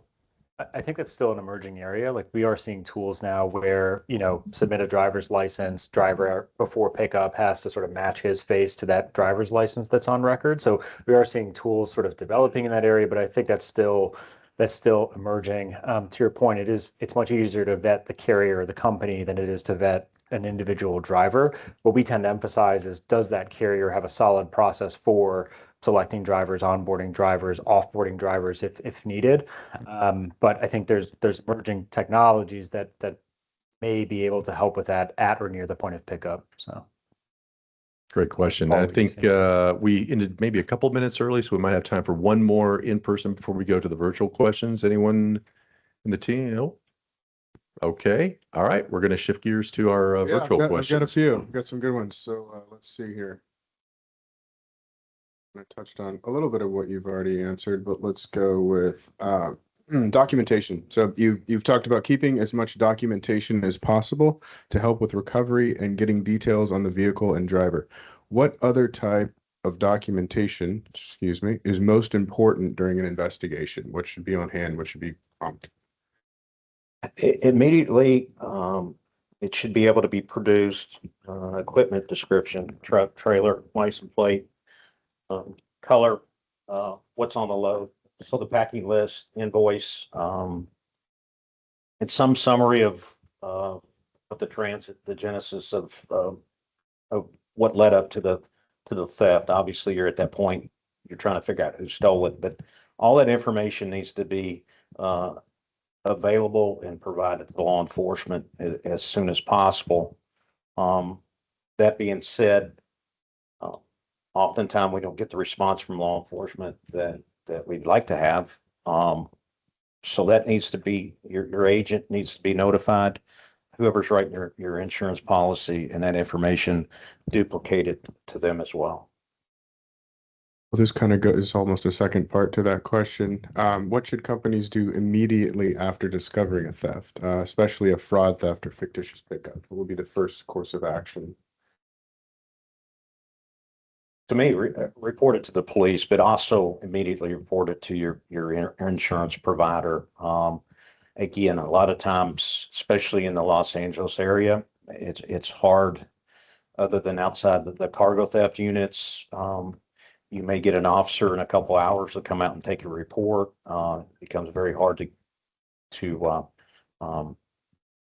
report a theft, and also immediately report it to your agent, your insurance provider. And they may be able to contact private industries such as our company, Tony's company, that we may have private industry people that are able to immediately respond and perhaps go try to find the load.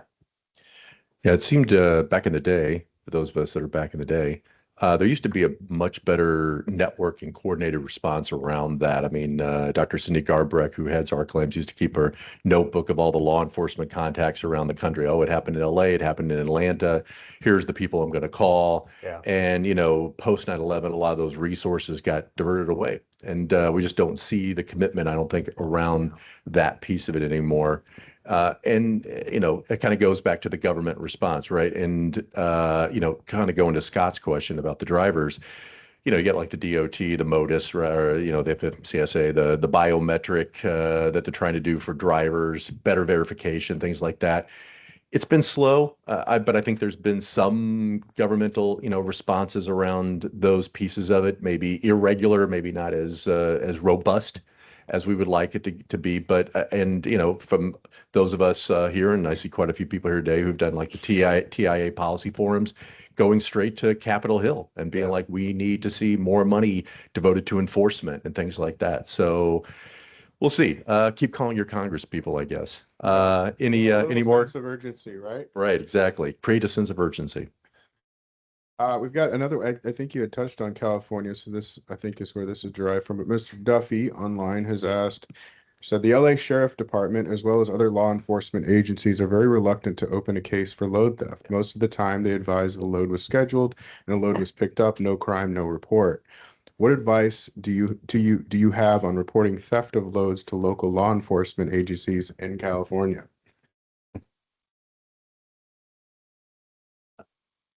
For insurance purposes, definitely try to make a report, insist that a report's taken. Reach out to your agent, your insurer. They can reach out to us. We can liaison and help and assist with getting reports filed. Typically on the strategic theft, these fraudulent thefts, the venue is the point of pickup. So if it's California, it'd be California. You'll find in California too that there's a lot of jurisdictions, they're at odds with each other. We've got an issue within Irwindale there's a street there that we've had about 10 high dollar, high risk, high value loads that are just redirected there, transloaded into box trucks, and they're gone. And they're ranging from, just had one for about 600,000 to one that exceeded $31 million. Wow. So LA Sheriff's Department, LAPD, were at odds with Irwindale. Said Irwindale has detectives, they can work it. But obviously it's at a little bit bigger scale than just a small police jurisdiction. So some baton passing, I guess, if you will. Here's a good one. You brought up organized cargo crime. What warning signs should logistics providers be looking for before accepting a shipment? Before accepting shipment? I don't know if that's worded. Yeah. Yeah. Can you read that one again? You brought up organized cargo crime. Right. What warning signs should logistics providers be looking for before accepting a shipment? Before they accept the shipment from a shipper. Yeah, I suppose. I mean, what kind of, I guess, vetting of the shipper? I think sort of like the broker and a bad importer, somebody approaching you, a deliberate bad actor approaching you to try and move a load for them. Yeah. How can you screen for that? Okay, yeah, Scott has As a contextualized the broker. question Yeah. for, kind of a strategic bad actor from the shipper. So you're saying like the shipper is the bad actor in this case. Yeah. Yeah. Whoever is calling you to try. Yeah. and Right, exactly. Yeah. Yes. Yeah. Yes. Yeah. Imposter shippers. We see that a lot in what we call purchase order schemes, whereas the bad actors will make an inquiry on the producer's company, say, hey, we want sourcing, we want to order a lot of it, and please give us a quote. And then it kind of gets drawn out, and they introduce themselves as some purchasing official within some company typically there's a spoofed email address, there's a voice over internet protocol phone, there's they create some HTTP look-alike email domain or website to support their cause. And so that requires, a lot of vetting. That particular instance, they're targeting the sales department, and the sales department sell us what salespeople do. They sell stuff. And when somebody says, hey, I want to order all this, and if this goes good, then I want to order 4 times as much for next year. And it just kind of goes downhill from there. Yeah, like Paul said, the systems are only as good as the weakest link. Weakest link almost always are the people. Yeah. And everything you mentioned there with social engineering, I mean, people are the weakest link. Yeah. So I think that has run us out of time. But thank you. Amazing session. Great information. Great questions. Thank you so much. Want to take it from there, Eric? Yeah, that was very good. A lot of questions, and you guys answered them very well. And also thank you for coming. You both came from afar, and we appreciate it. We appreciate you being here. Thank you. Awesome. So Another 10 minutes. So yeah, we've got maybe a little more than 10 minutes. Enjoy your break. We'll check back here. I guess, what is it? 2:50, the next session. For those virtually that didn't catch that, 2:50 Central Time, we're coming back for our final session. Thank you. Appreciate it.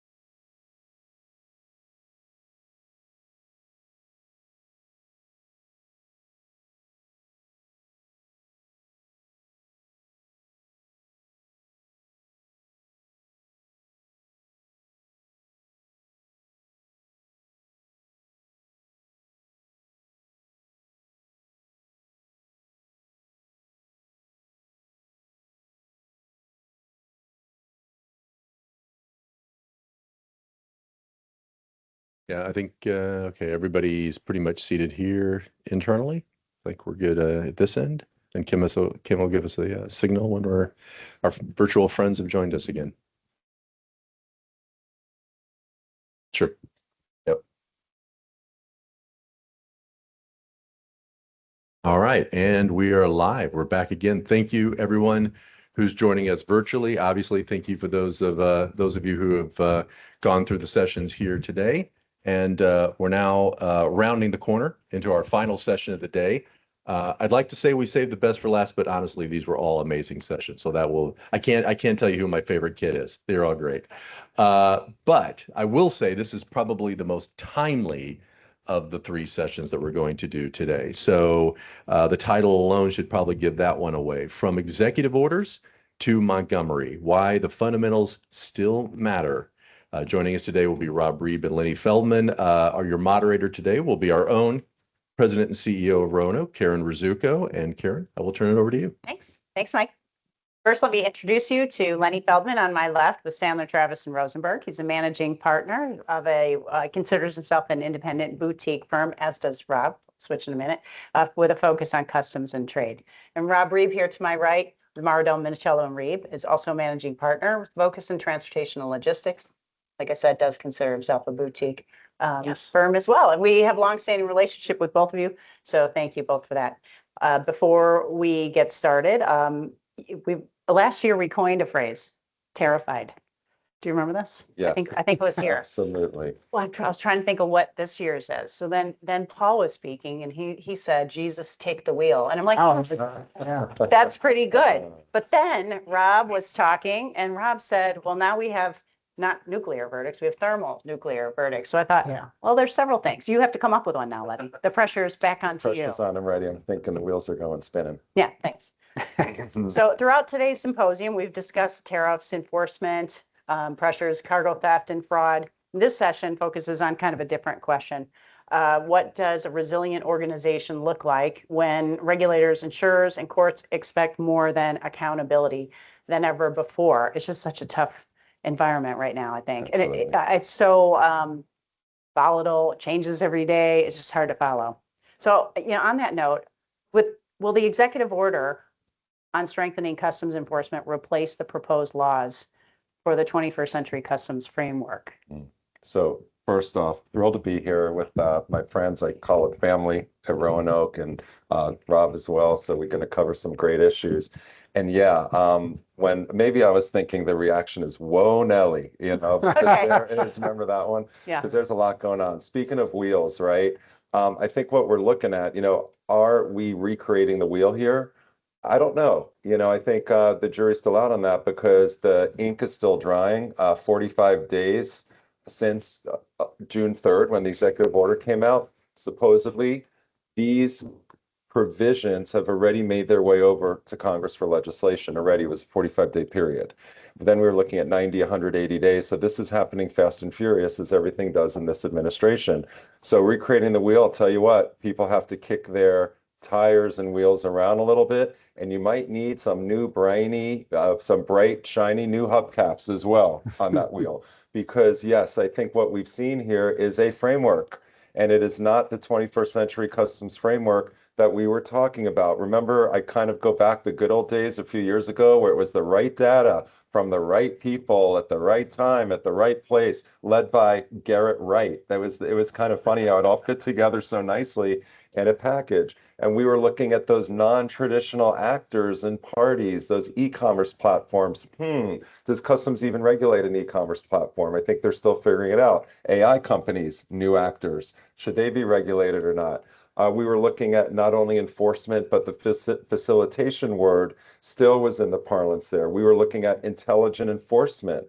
Can enforcement be intelligent? I hope so. I think sometimes we question that. We're also looking at seamless data from different parties and how it's going to be shared. But what we saw just on June 3rd was strengthening customs enforcement. And when you look very interestingly at the purpose of it, it mentions customs reform is long overdue. That this is the blueprint for that 21st century, I dare say, customs enforcement framework. That is the key. When I look at something like this, an executive order, And I see it is about ensuring importers of record are correctly identified and accountable for duties, guaranteeing, that's a high bar to clear, guaranteeing compliance with numerous federal laws, including forced labor, origin, marking, intellectual property, revenue collection, product safety. And then in the next paragraph, it talks about undervaluing imports, withholding critical information about importers, avoiding payment of duties through various schemes, disadvantaging domestic businesses, undermining foreign relations. Folks, we have a lot on our hand right now. So I think we're really looking at a complete change. I think part of the discussion is, are there principles from the 21st century customs framework that we spent literally years working on? Some of us in the room, we had Matt Zahner from Roanoke, who was in the room representing the sureties. I was in there as one of the two attorneys, some outstanding importers and exporters, carriers. And that recommendation, the list of recommendations did make its way into a bill, potentially to become law in the 21st century customs framework. It also had a companion piece on the border Interagency Executive Council, the PGAs, a piece on automation, which we really liked. That landed on Senator Cassidy's desk from the great state of Louisiana to look at. He didn't make it through the primary. Yeah. I don't know to what extent y'all follow politics. Doesn't matter if you do or don't. He is no longer going to be in the Senate as of next year. So right now, this is the train that's leaving the station.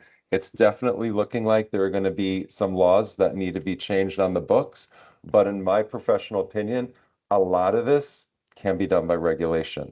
And so then the question is, as we continue to discuss today, wherever we want to go with this, what is that process going to look like? Well, and I'm going to shift on that for one second to Rob, because I want to know from the logistics side, how do you see the legal framework? Well, Lenny used the word completely changed, I think you said. And I think between the explosion of fraud claims that we talked about in the last session, in the last 3 years or so, and then with the Montgomery decision, which is only a little over 60 days old, so we're kind of in a similar time frame here. In my professional opinion, this has completely changed the safety and operating environment for property brokers. It is a different game than it was. So when you combine those two things, it leads, I believe, or should lead a broker to a different place in terms of compliance and safety and things that were not their main focus perhaps in the past. Yeah, absolutely.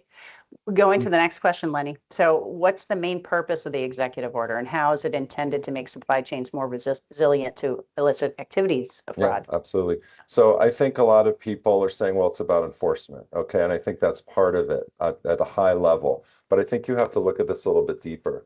Some of the words that we've been tossing around and we're seeing are accountability. We're talking about vetting. We're talking about transparency. We are talking about responsibility. And I think accountability, responsibility is very, very key here. It's very core. Compliance. It's about compliance. Absolutely. It's about knowledge and visibility into your supply chain. So all of those issues, I think, are very prevalent here. Look, on the other hand, remember that law a few years back, the TFTIA, the Trade Facilitation and Trade Enforcement Act. We were talking about that, all over 2015. There were provisions. If you go back to sections 114, 115, and 16, this is what it called for. And we were wondering if and when that was actually going to be implemented by CBP, because the law was there. There was, some of you may recall, we have it, and we've been looking at it. I serve as counsel, as a lot of you know, to National Customs Brokers and Freight Forwarders, and we've dusted it off and said, what were our comments at that time? Because CBP did come out with a proposed notice of rulemaking and NPRM on that, where we had a lot of thoughts on what the vetting would look like, what would be the accountability, and sure enough, here it is. So I think a lot of those concepts ring true, in addition to the enforcement as the headline, but you really have to see what it's asking you, whether you're a customs broker, an importer to an extent, an exporter, a forwarder as well. I don't think you're on the sidelines of this at all, maybe not in the core, of the eye of the storm, but you're definitely at least part of it. You're part of this, let's call it disruption. I think of storms from Miami. What can I tell you? And you're part of this mess that's moving to us at a category 4 or 5 probably. And here it is in the summer. So I think all of those themes are very critical as you approach the CO. Yeah, and Rob, looking at logistics, so we talked a lot about strategic theft and fraud last year, and we kind of shift into this post-Montgomery world. So how, what are some of the common issues presented by brokers by these two different risks of loss, essentially? Well, to pick up on the theme of responsibility and accountability, we talked about this last year, that commonly, in my experience, your shipper, your customer, the broker's customer, is incensed over these losses that occur because of a fraud. They think the broker is primarily responsible for having put in motion or allowed to have happened this fraudulent scheme, wittingly, unwittingly, whatever. And we talked about, why aren't the shippers taking more responsibility for this? Because they don't have to yet. It's my view. You're responsible. It's below me. It's in your wheelhouse. And now with the coming of Montgomery, we have accountability. The Supreme Court decided that brokers do have liability for negligent selection of motor carriers. The industry, with the exception of the Ninth Circuit and the Sixth Circuit, had successfully defended against that as a preempted cause of action against brokers. Well, now that's gone. Now brokers have tort liability for negligently selecting a motor carrier. So the way I would link those two together is, fortunately, the fraud issue forced a lot of brokers to be aware of vetting in a dynamic way, not a static vetting, which was always the traditional mode. I onboard a carrier a year ago, I got all their stuff, they're good to go, I don't look at them again. That's not working in the fraud environment. We started moving toward a dynamic type of vetting, using platforms, using third-party services to help make sure that the carrier we're hiring is the carrier they say they are. We're not allowing a fraudster to penetrate our supply chain. Some of those same tools, often many of them, are pivoting instantly toward providing those same types of services now in light of Montgomery. So I think it was a bit of a prep time for us unknowingly as an industry to say, hey, the fraud drew our attention to the vulnerability of the supply chain to fraud. And now we know we have to be more careful about how we're going about selecting those carriers from a safety point of view. And what I will say to the community is, this is what the plaintiffs are going to say in the deposition. They're going to say, so you care more about the cargo loss than you do about the people. See, that's going to be the new theme. So if we're careful about fraud, because we don't want a loss to happen, those same types of questions have to now be asked about the safety of that same carrier. If we're going to spend time on cargo damage and loss, we're going to have to spend time on safety now because we have to. So that's kind of my segue into those two things. I like that. And Lenny, so if you care more about the cargo than the people, how does that equate in the customs world? You got to care about both. Yeah. You can't have one and not the other. You need your bread and butter, you need your peanut butter and jelly, you need both. But some of the points that Rob's saying, I wrote down the word selection, right? Right. So the brokers, freight brokers to clarify, right, or property brokers, clarifying and really thinking, who are you selecting? Hey, customs brokers, who are you selecting as your importer of record customer? How are you reaching that determination and vetting them? The broker, as Rob is saying, is in the hot seat. The spotlight is on. The broker, we are trying to assess right now to what extent the broker is going to be in the hot seat for this EO. When we see language in Section 4, enforcement and penalties, it only takes until you get to the second sentence where it says they're talking about imposing maximum penalties for brokers who, for example, fail to conduct due diligence. That's what Sounds that is. a lot like that. Repeatedly representing non-compliant clients, non-compliant parties. Yeah. fail to cooperate in a timely manner with requests for information from CBP. So I think this is a real threshold question for the customs brokerage community as to what is that going to look like? What is that going to mean? Safety, there's a lot in here about product safety. Is now the customs broker have an enhanced role to ensure that the goods that are crossing into the United States are safe, meaning they're meeting consumer product safety requirements, and FDA and EPA? Wasn't that always the importer's responsibility? I think it still is.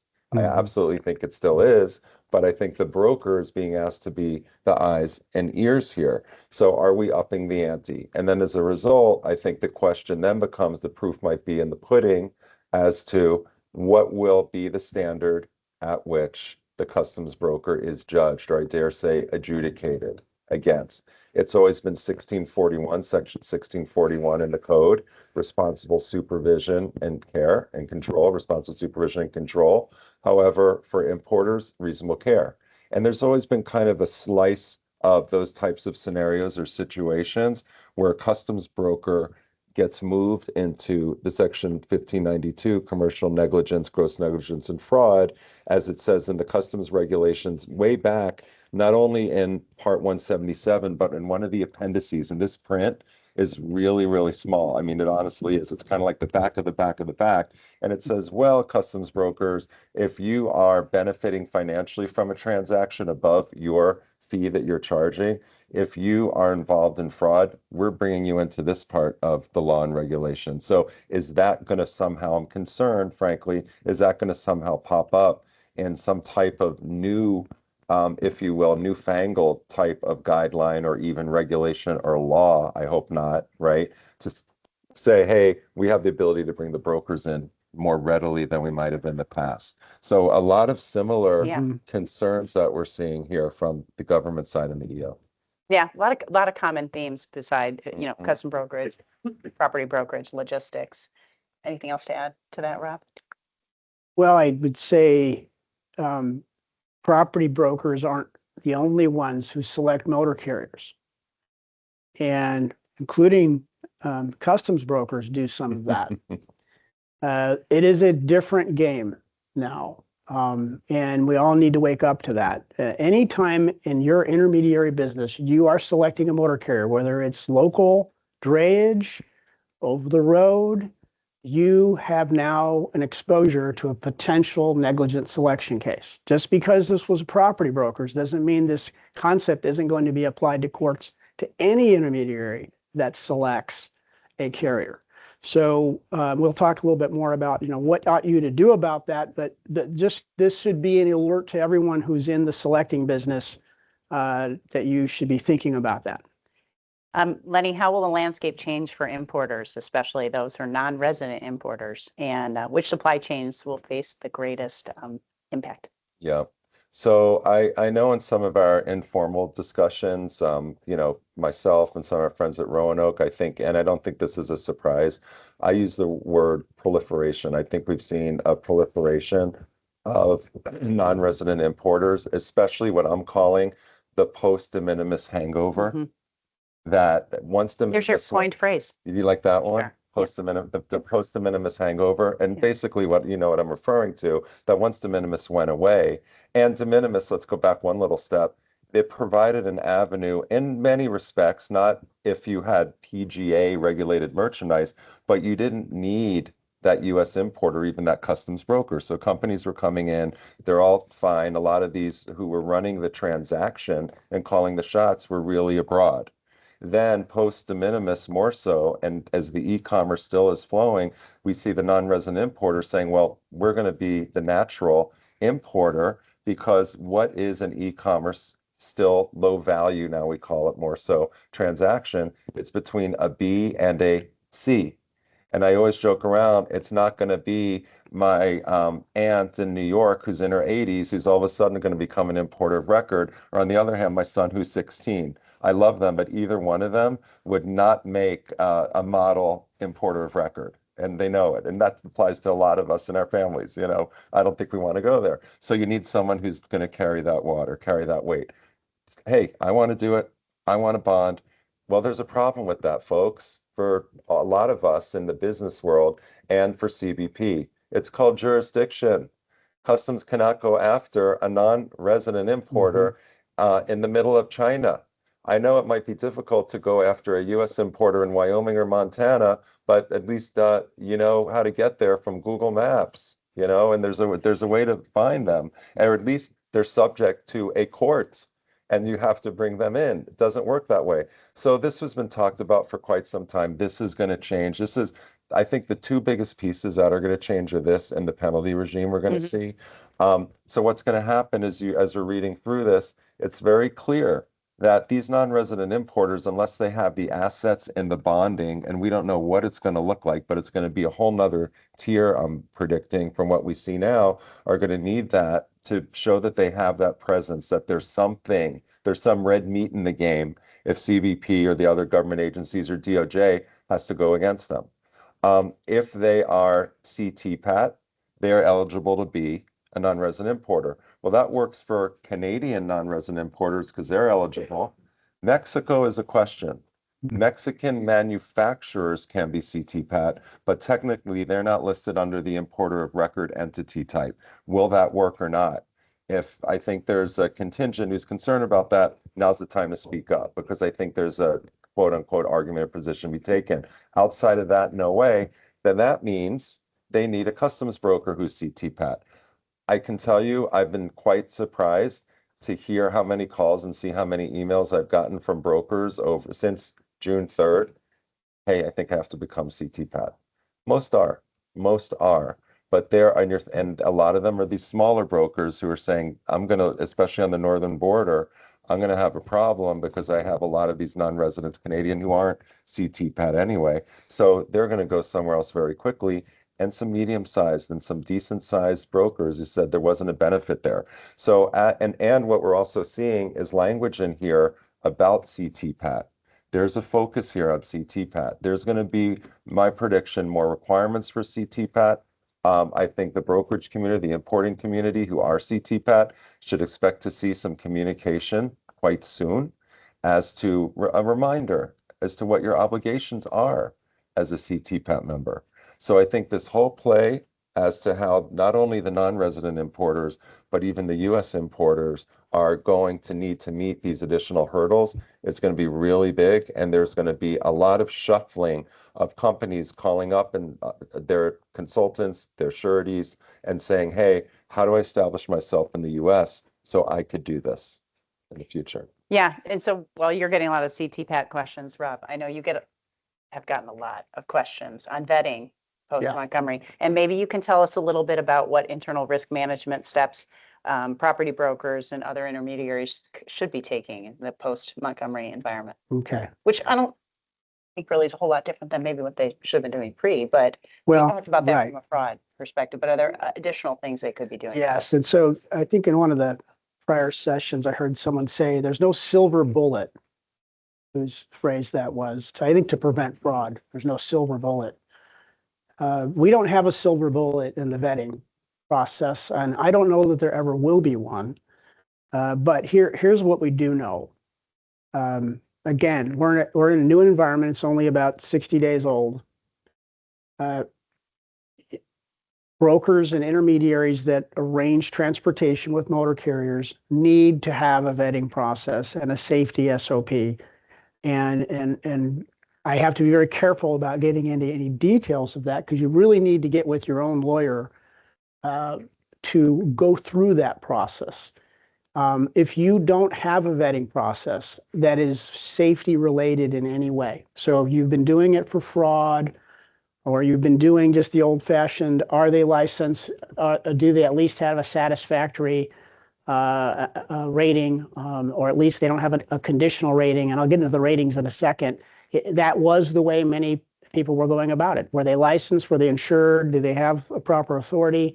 Then they're good to go. You can still do that, but that isn't going to be seen as due care. So the range of SOPs is broad, and there are many already circulating in the industry from people who have your interest in heart and those who do not have your interest in heart. And you have to be very careful about how you go about picking those up and sharing them with your team. Once you get it into your team and you start looking at it, it could be a discoverable thing. Are you following it? The important thing is you need to develop a process. You need to get with professionals on doing it. And once you have it, you need to follow it. Having an SOP and not following it may be worse than having no SOP. So I'm just giving kind of very much 50,000-foot view advice here. You need to get focused on safety. You need to get some advice about safety. I am certain that the underwriters who are writing your auto liability exposure, whether we call that contingent auto, whether we call that freight broker auto, intermediary auto, whatever this product is going to be called or is called, are going to be asking you about your vetting. It will matter to them when they're underwriting this risk. I'm sure you've all heard about the recent verdict last week, or many of you have, the thermonuclear verdict that Karen was referring to. I won't name the intermediary, but it was $600 million. Somebody not heard about that? Okay. Yeah. The whole industry is still absorbing what that means. That is out of scale by at least 3 of the last large verdict I heard, which I think it was against FedEx some time ago out of New Mexico. So we're entering a whole new scale of exposure, which can't go on at that scale for very long before perhaps we'll get some kind of congressional wake-up call. But the disturbing things that came out of what we're hearing about that case is that the carrier appears to have had a satisfactory rating. That should have been, the standard. The rating system that the FMCSA uses, they have satisfactory, unsatisfactory, conditional, and unrated. The vast majority by far of motor carriers are unrated. That is not a bad rating. The FMCSA just doesn't have the horsepower to go about doing a safety audit of every licensed motor carrier, and they only get an actual rating of beyond unrated if they go through an audit. So this particular carrier in this case had been rated, had been audited, was found to be satisfactory, which is their best rating, and even after the accident, they had been found to be satisfactory. So this is a very, I'll use the word again, dynamic environment that's changing. We're all trying to get the grips on how do we go about now vetting carriers in a way that is at least seeking to find the safest motor carrier we can find based on the available information and the reality of your business. So please get with your lawyers, get with your insurance companies, and talk about this process.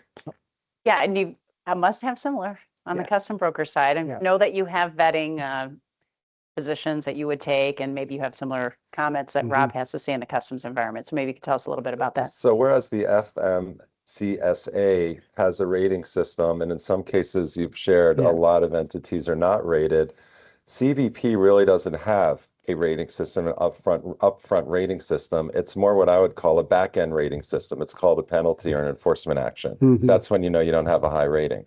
So I think it's fair to say, right? So that becomes a challenge for not only the brokerage and forwarding community to know how is their customer rated. They probably have a good idea internally, but what does customs see behind the veil, so to speak? It's also a problem for importers. And this is a bit of a new approach concept that I've been thinking about and beginning to share, that I think we're all used to at some stage in our life being rated, whether it was in school and you had a class ranking and you knew where you stood, or your percentile. It was very clear how you were rated, where you stood. Or in your jobs, you get a rating. Clients will be clear to rate you. I think it's important, more so, for importers to understand how are they rating, maybe from their service provider. Have you as a broker simply had a discussion with your importer and reassure them, from the clients I see, the 10,000 clients I see, I'd have to say I would probably put you more or less at the top 10 or 15% of the companies we work with, as far as the data you provide us, the invoicing, what we've seen for liquidated damages, et cetera. How about those on the other end? Do you say, you know what, you're really at the end of that bell curve?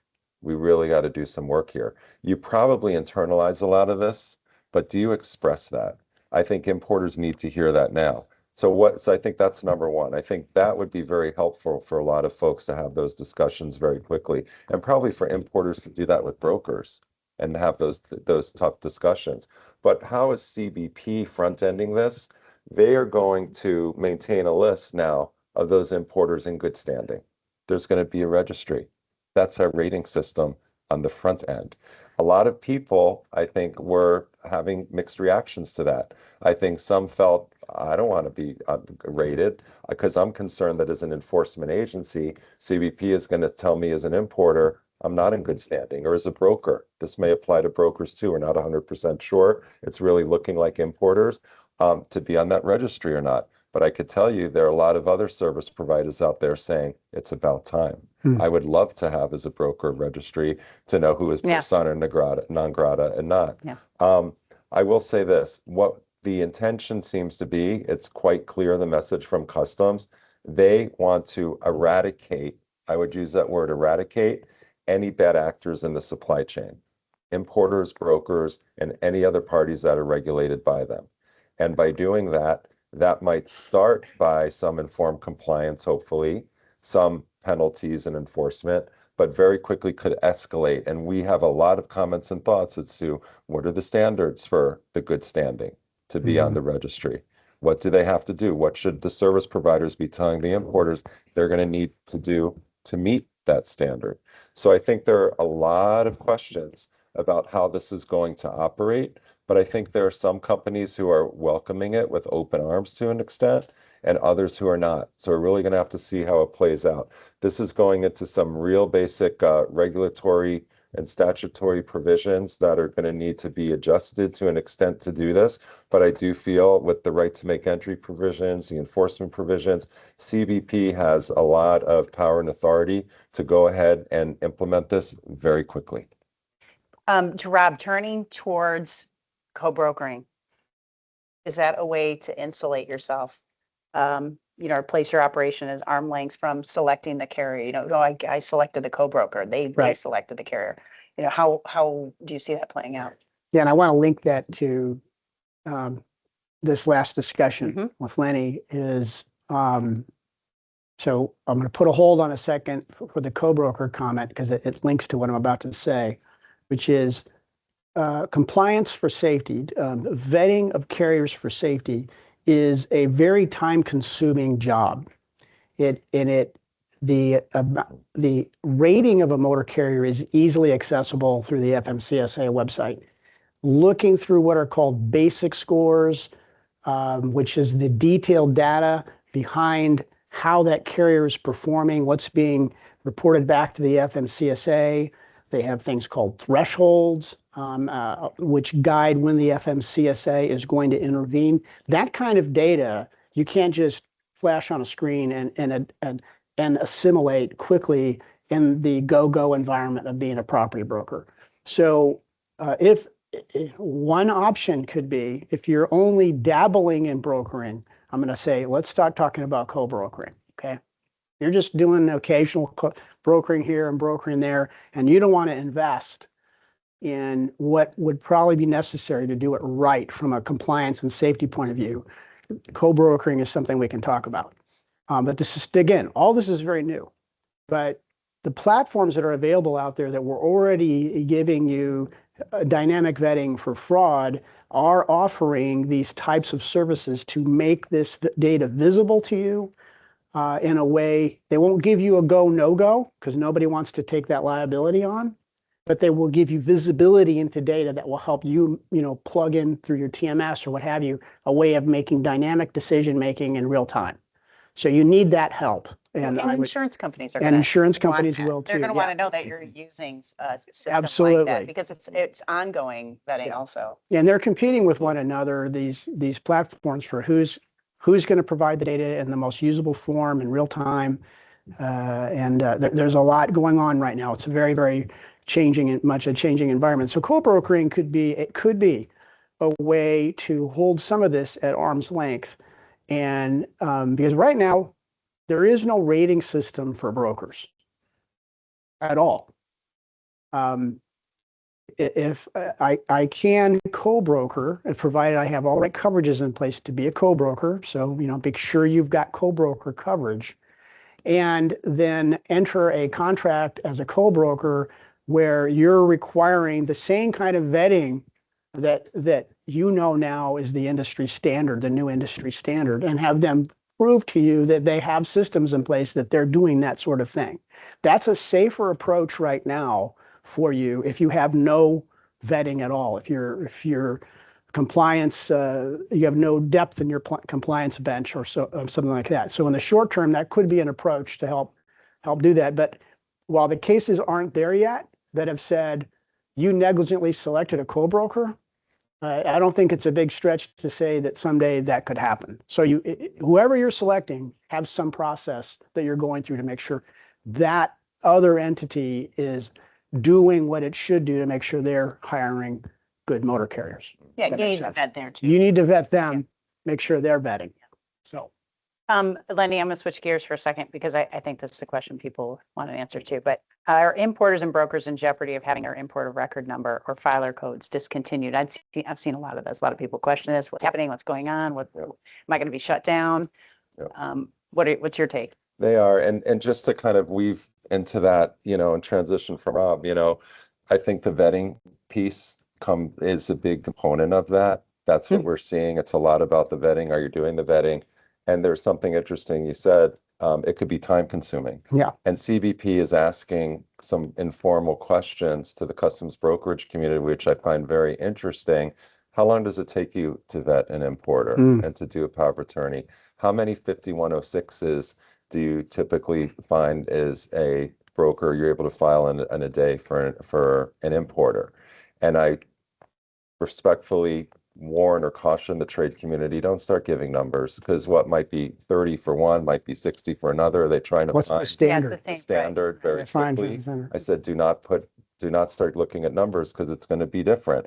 And the 5106 is a lot of people, most of you in the room know, well, how many 5106s are you providing to customs in a day?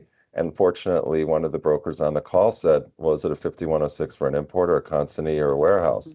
And they're like, oh, okay, that's right. You do need 5106s for a consignee, don't you? Although it's not always clear, as I understand it, for you to designate what that 5106 is for. And maybe we need clarity for that. Co-brokering, I look at it as co-vetting too, that we also think it's very important for CBP to play a role in the vetting. The government agency needs to play a role. Who's going to be in a better, position to ascertain whether the importer's ID is correct or fraudulent than the government who issued it, as opposed to the broker? They're not trained in that way.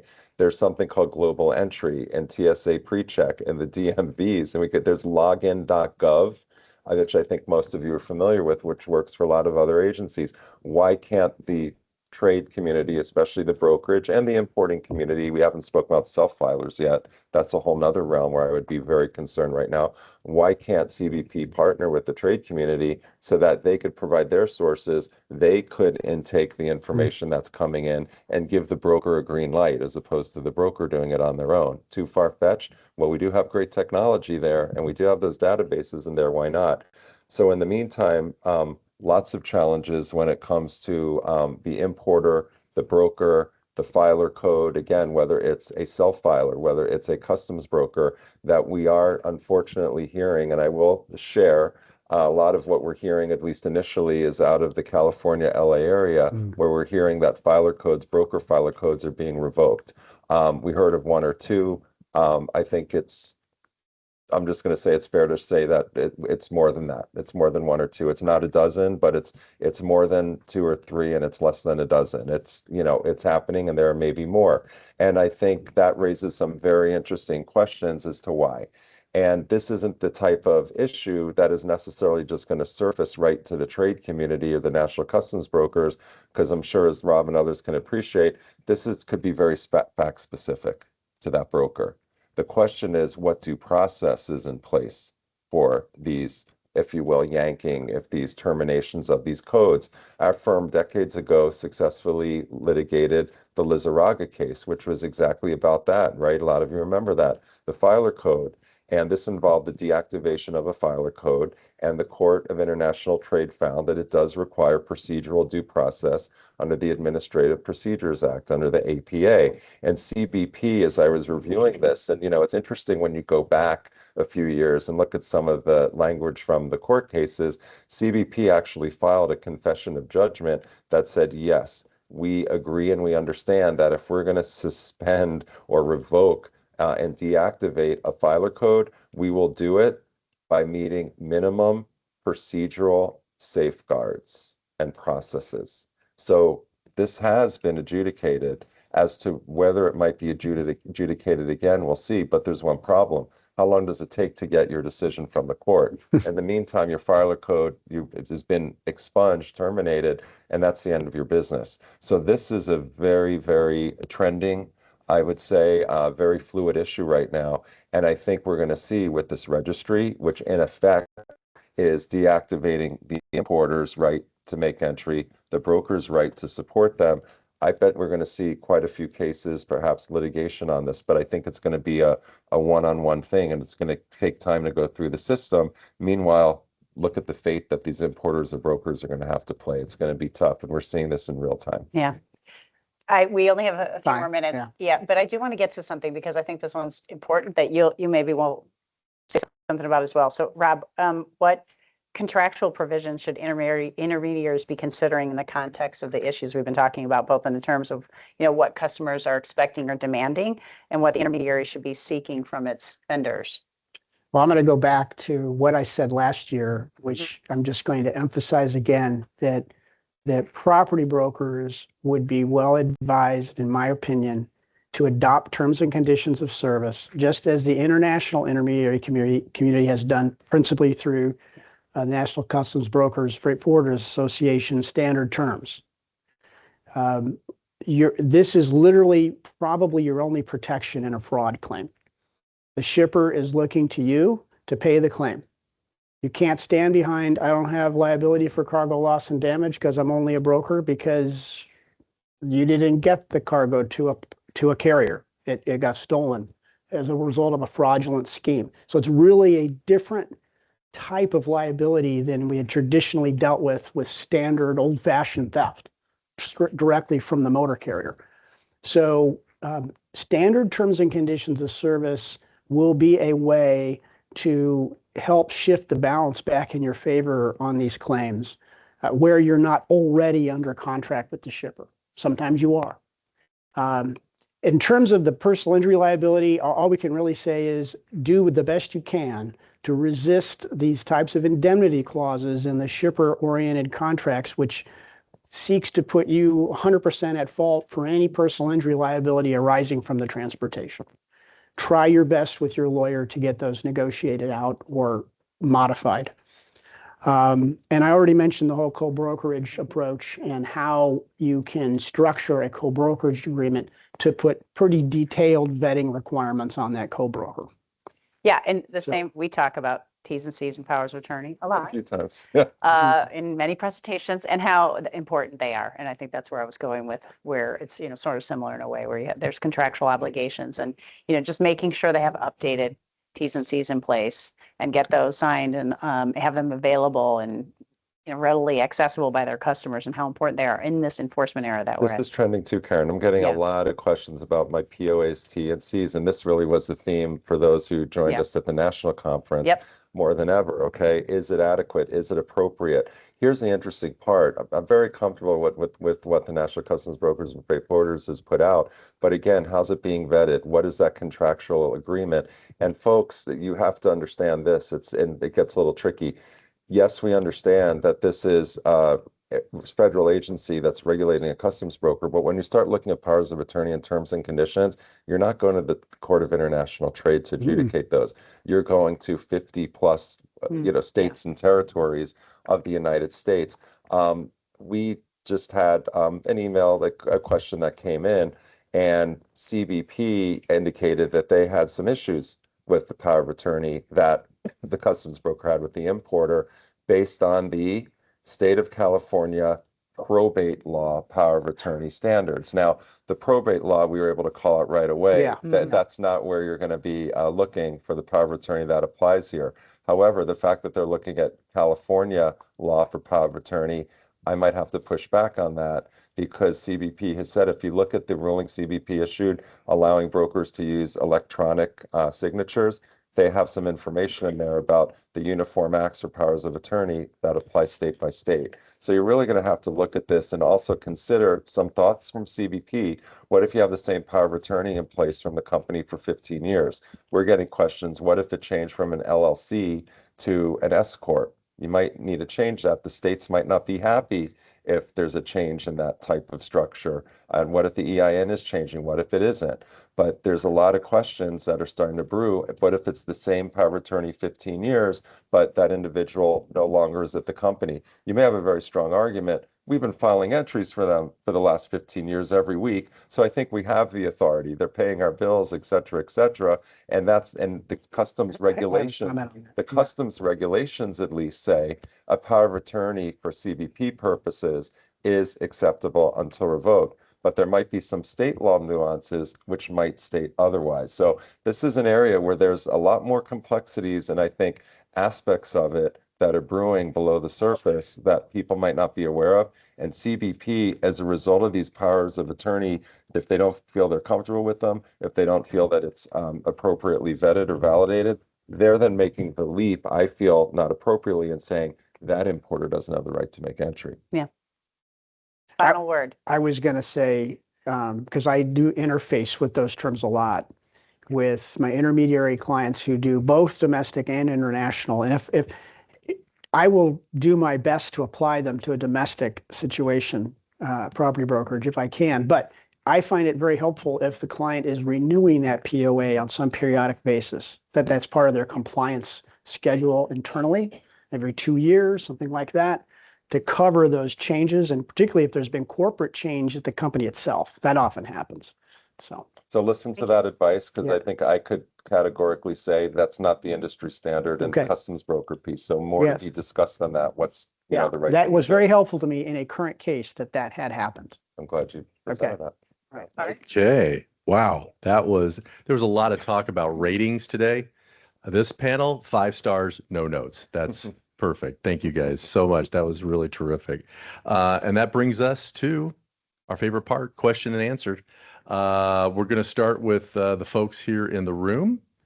Any hands raised? No? Wait, Scott's got one for us.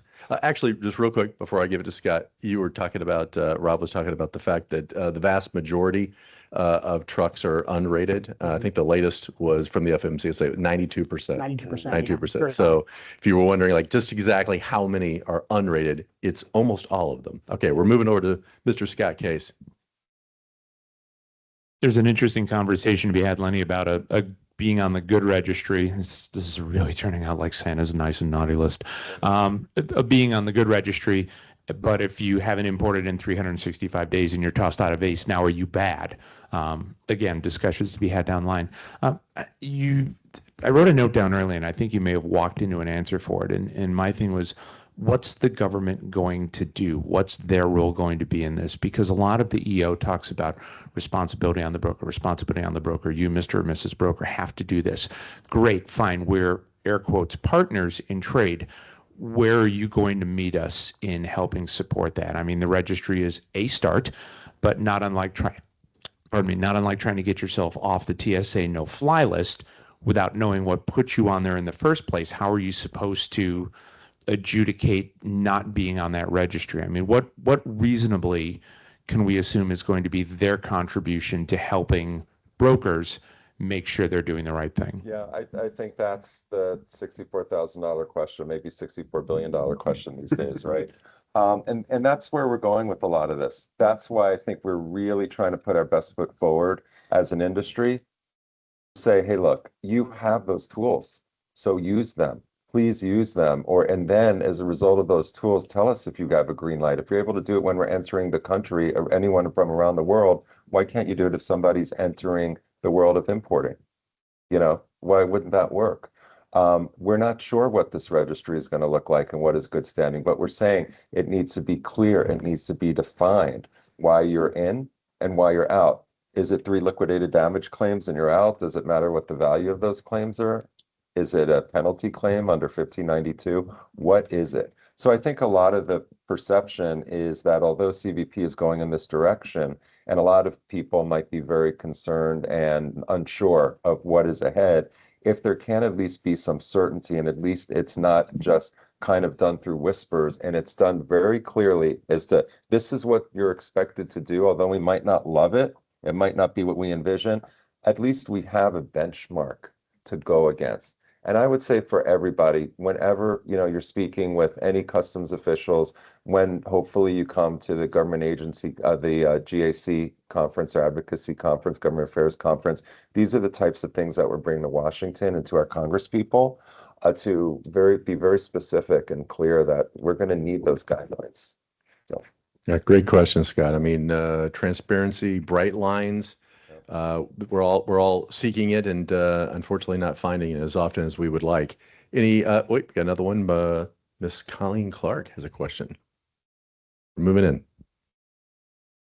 Thank you, Matt. So Lenny, you just mentioned liquidated damages and penalties. There's a difference. The bond only covers liquidated damages, not penalties. In the executive order, it mentions no more than 50% mitigation for penalties, and then a minimum liquidated damage floor, meaning dollars, right? What do you foresee? Now I get the crystal ball. Yes, you do. Yeah.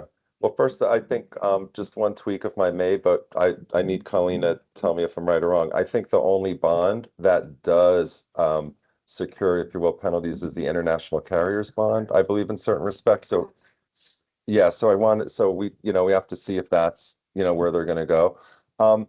I think on this one, I think is a bit of a fundamental problem. And I think this one is a risky tightrope walk for the government because penalties and mitigation, not only is it in the laws in certain respects, but the regulations which they could change, but it's been adjudicated at the Court of International Trade. If you look at Complex Machine Works and some of those other, I think it was Complex Machine or Tool Works, it goes through criteria as to how the factors you look at to appropriately mitigate a 1592 penalty, or even looking at mitigation for liquidated damage claims. There have been some of those court cases, so that just go out the window.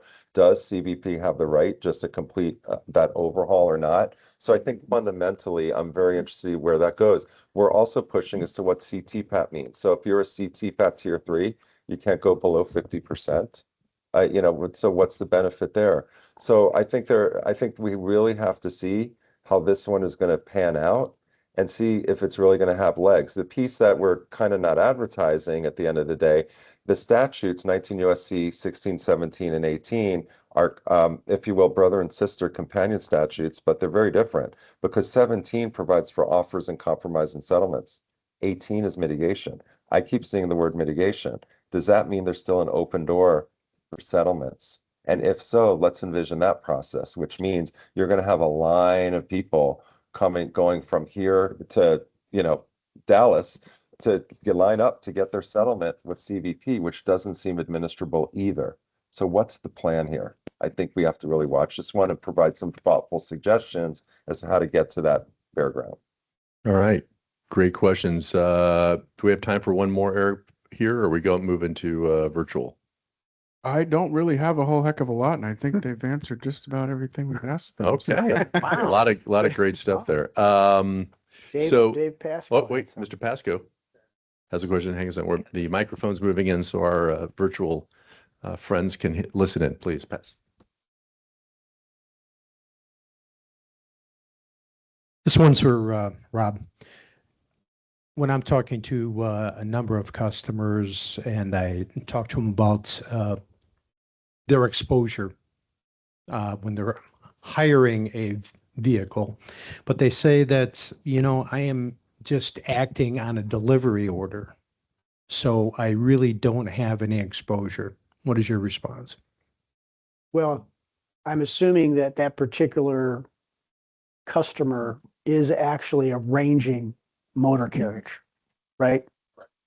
So I don't know where the euphemism is coming from there, like, just because I think this is sort of an industry understanding that if I'm on a DO, it would probably a customs broker, right?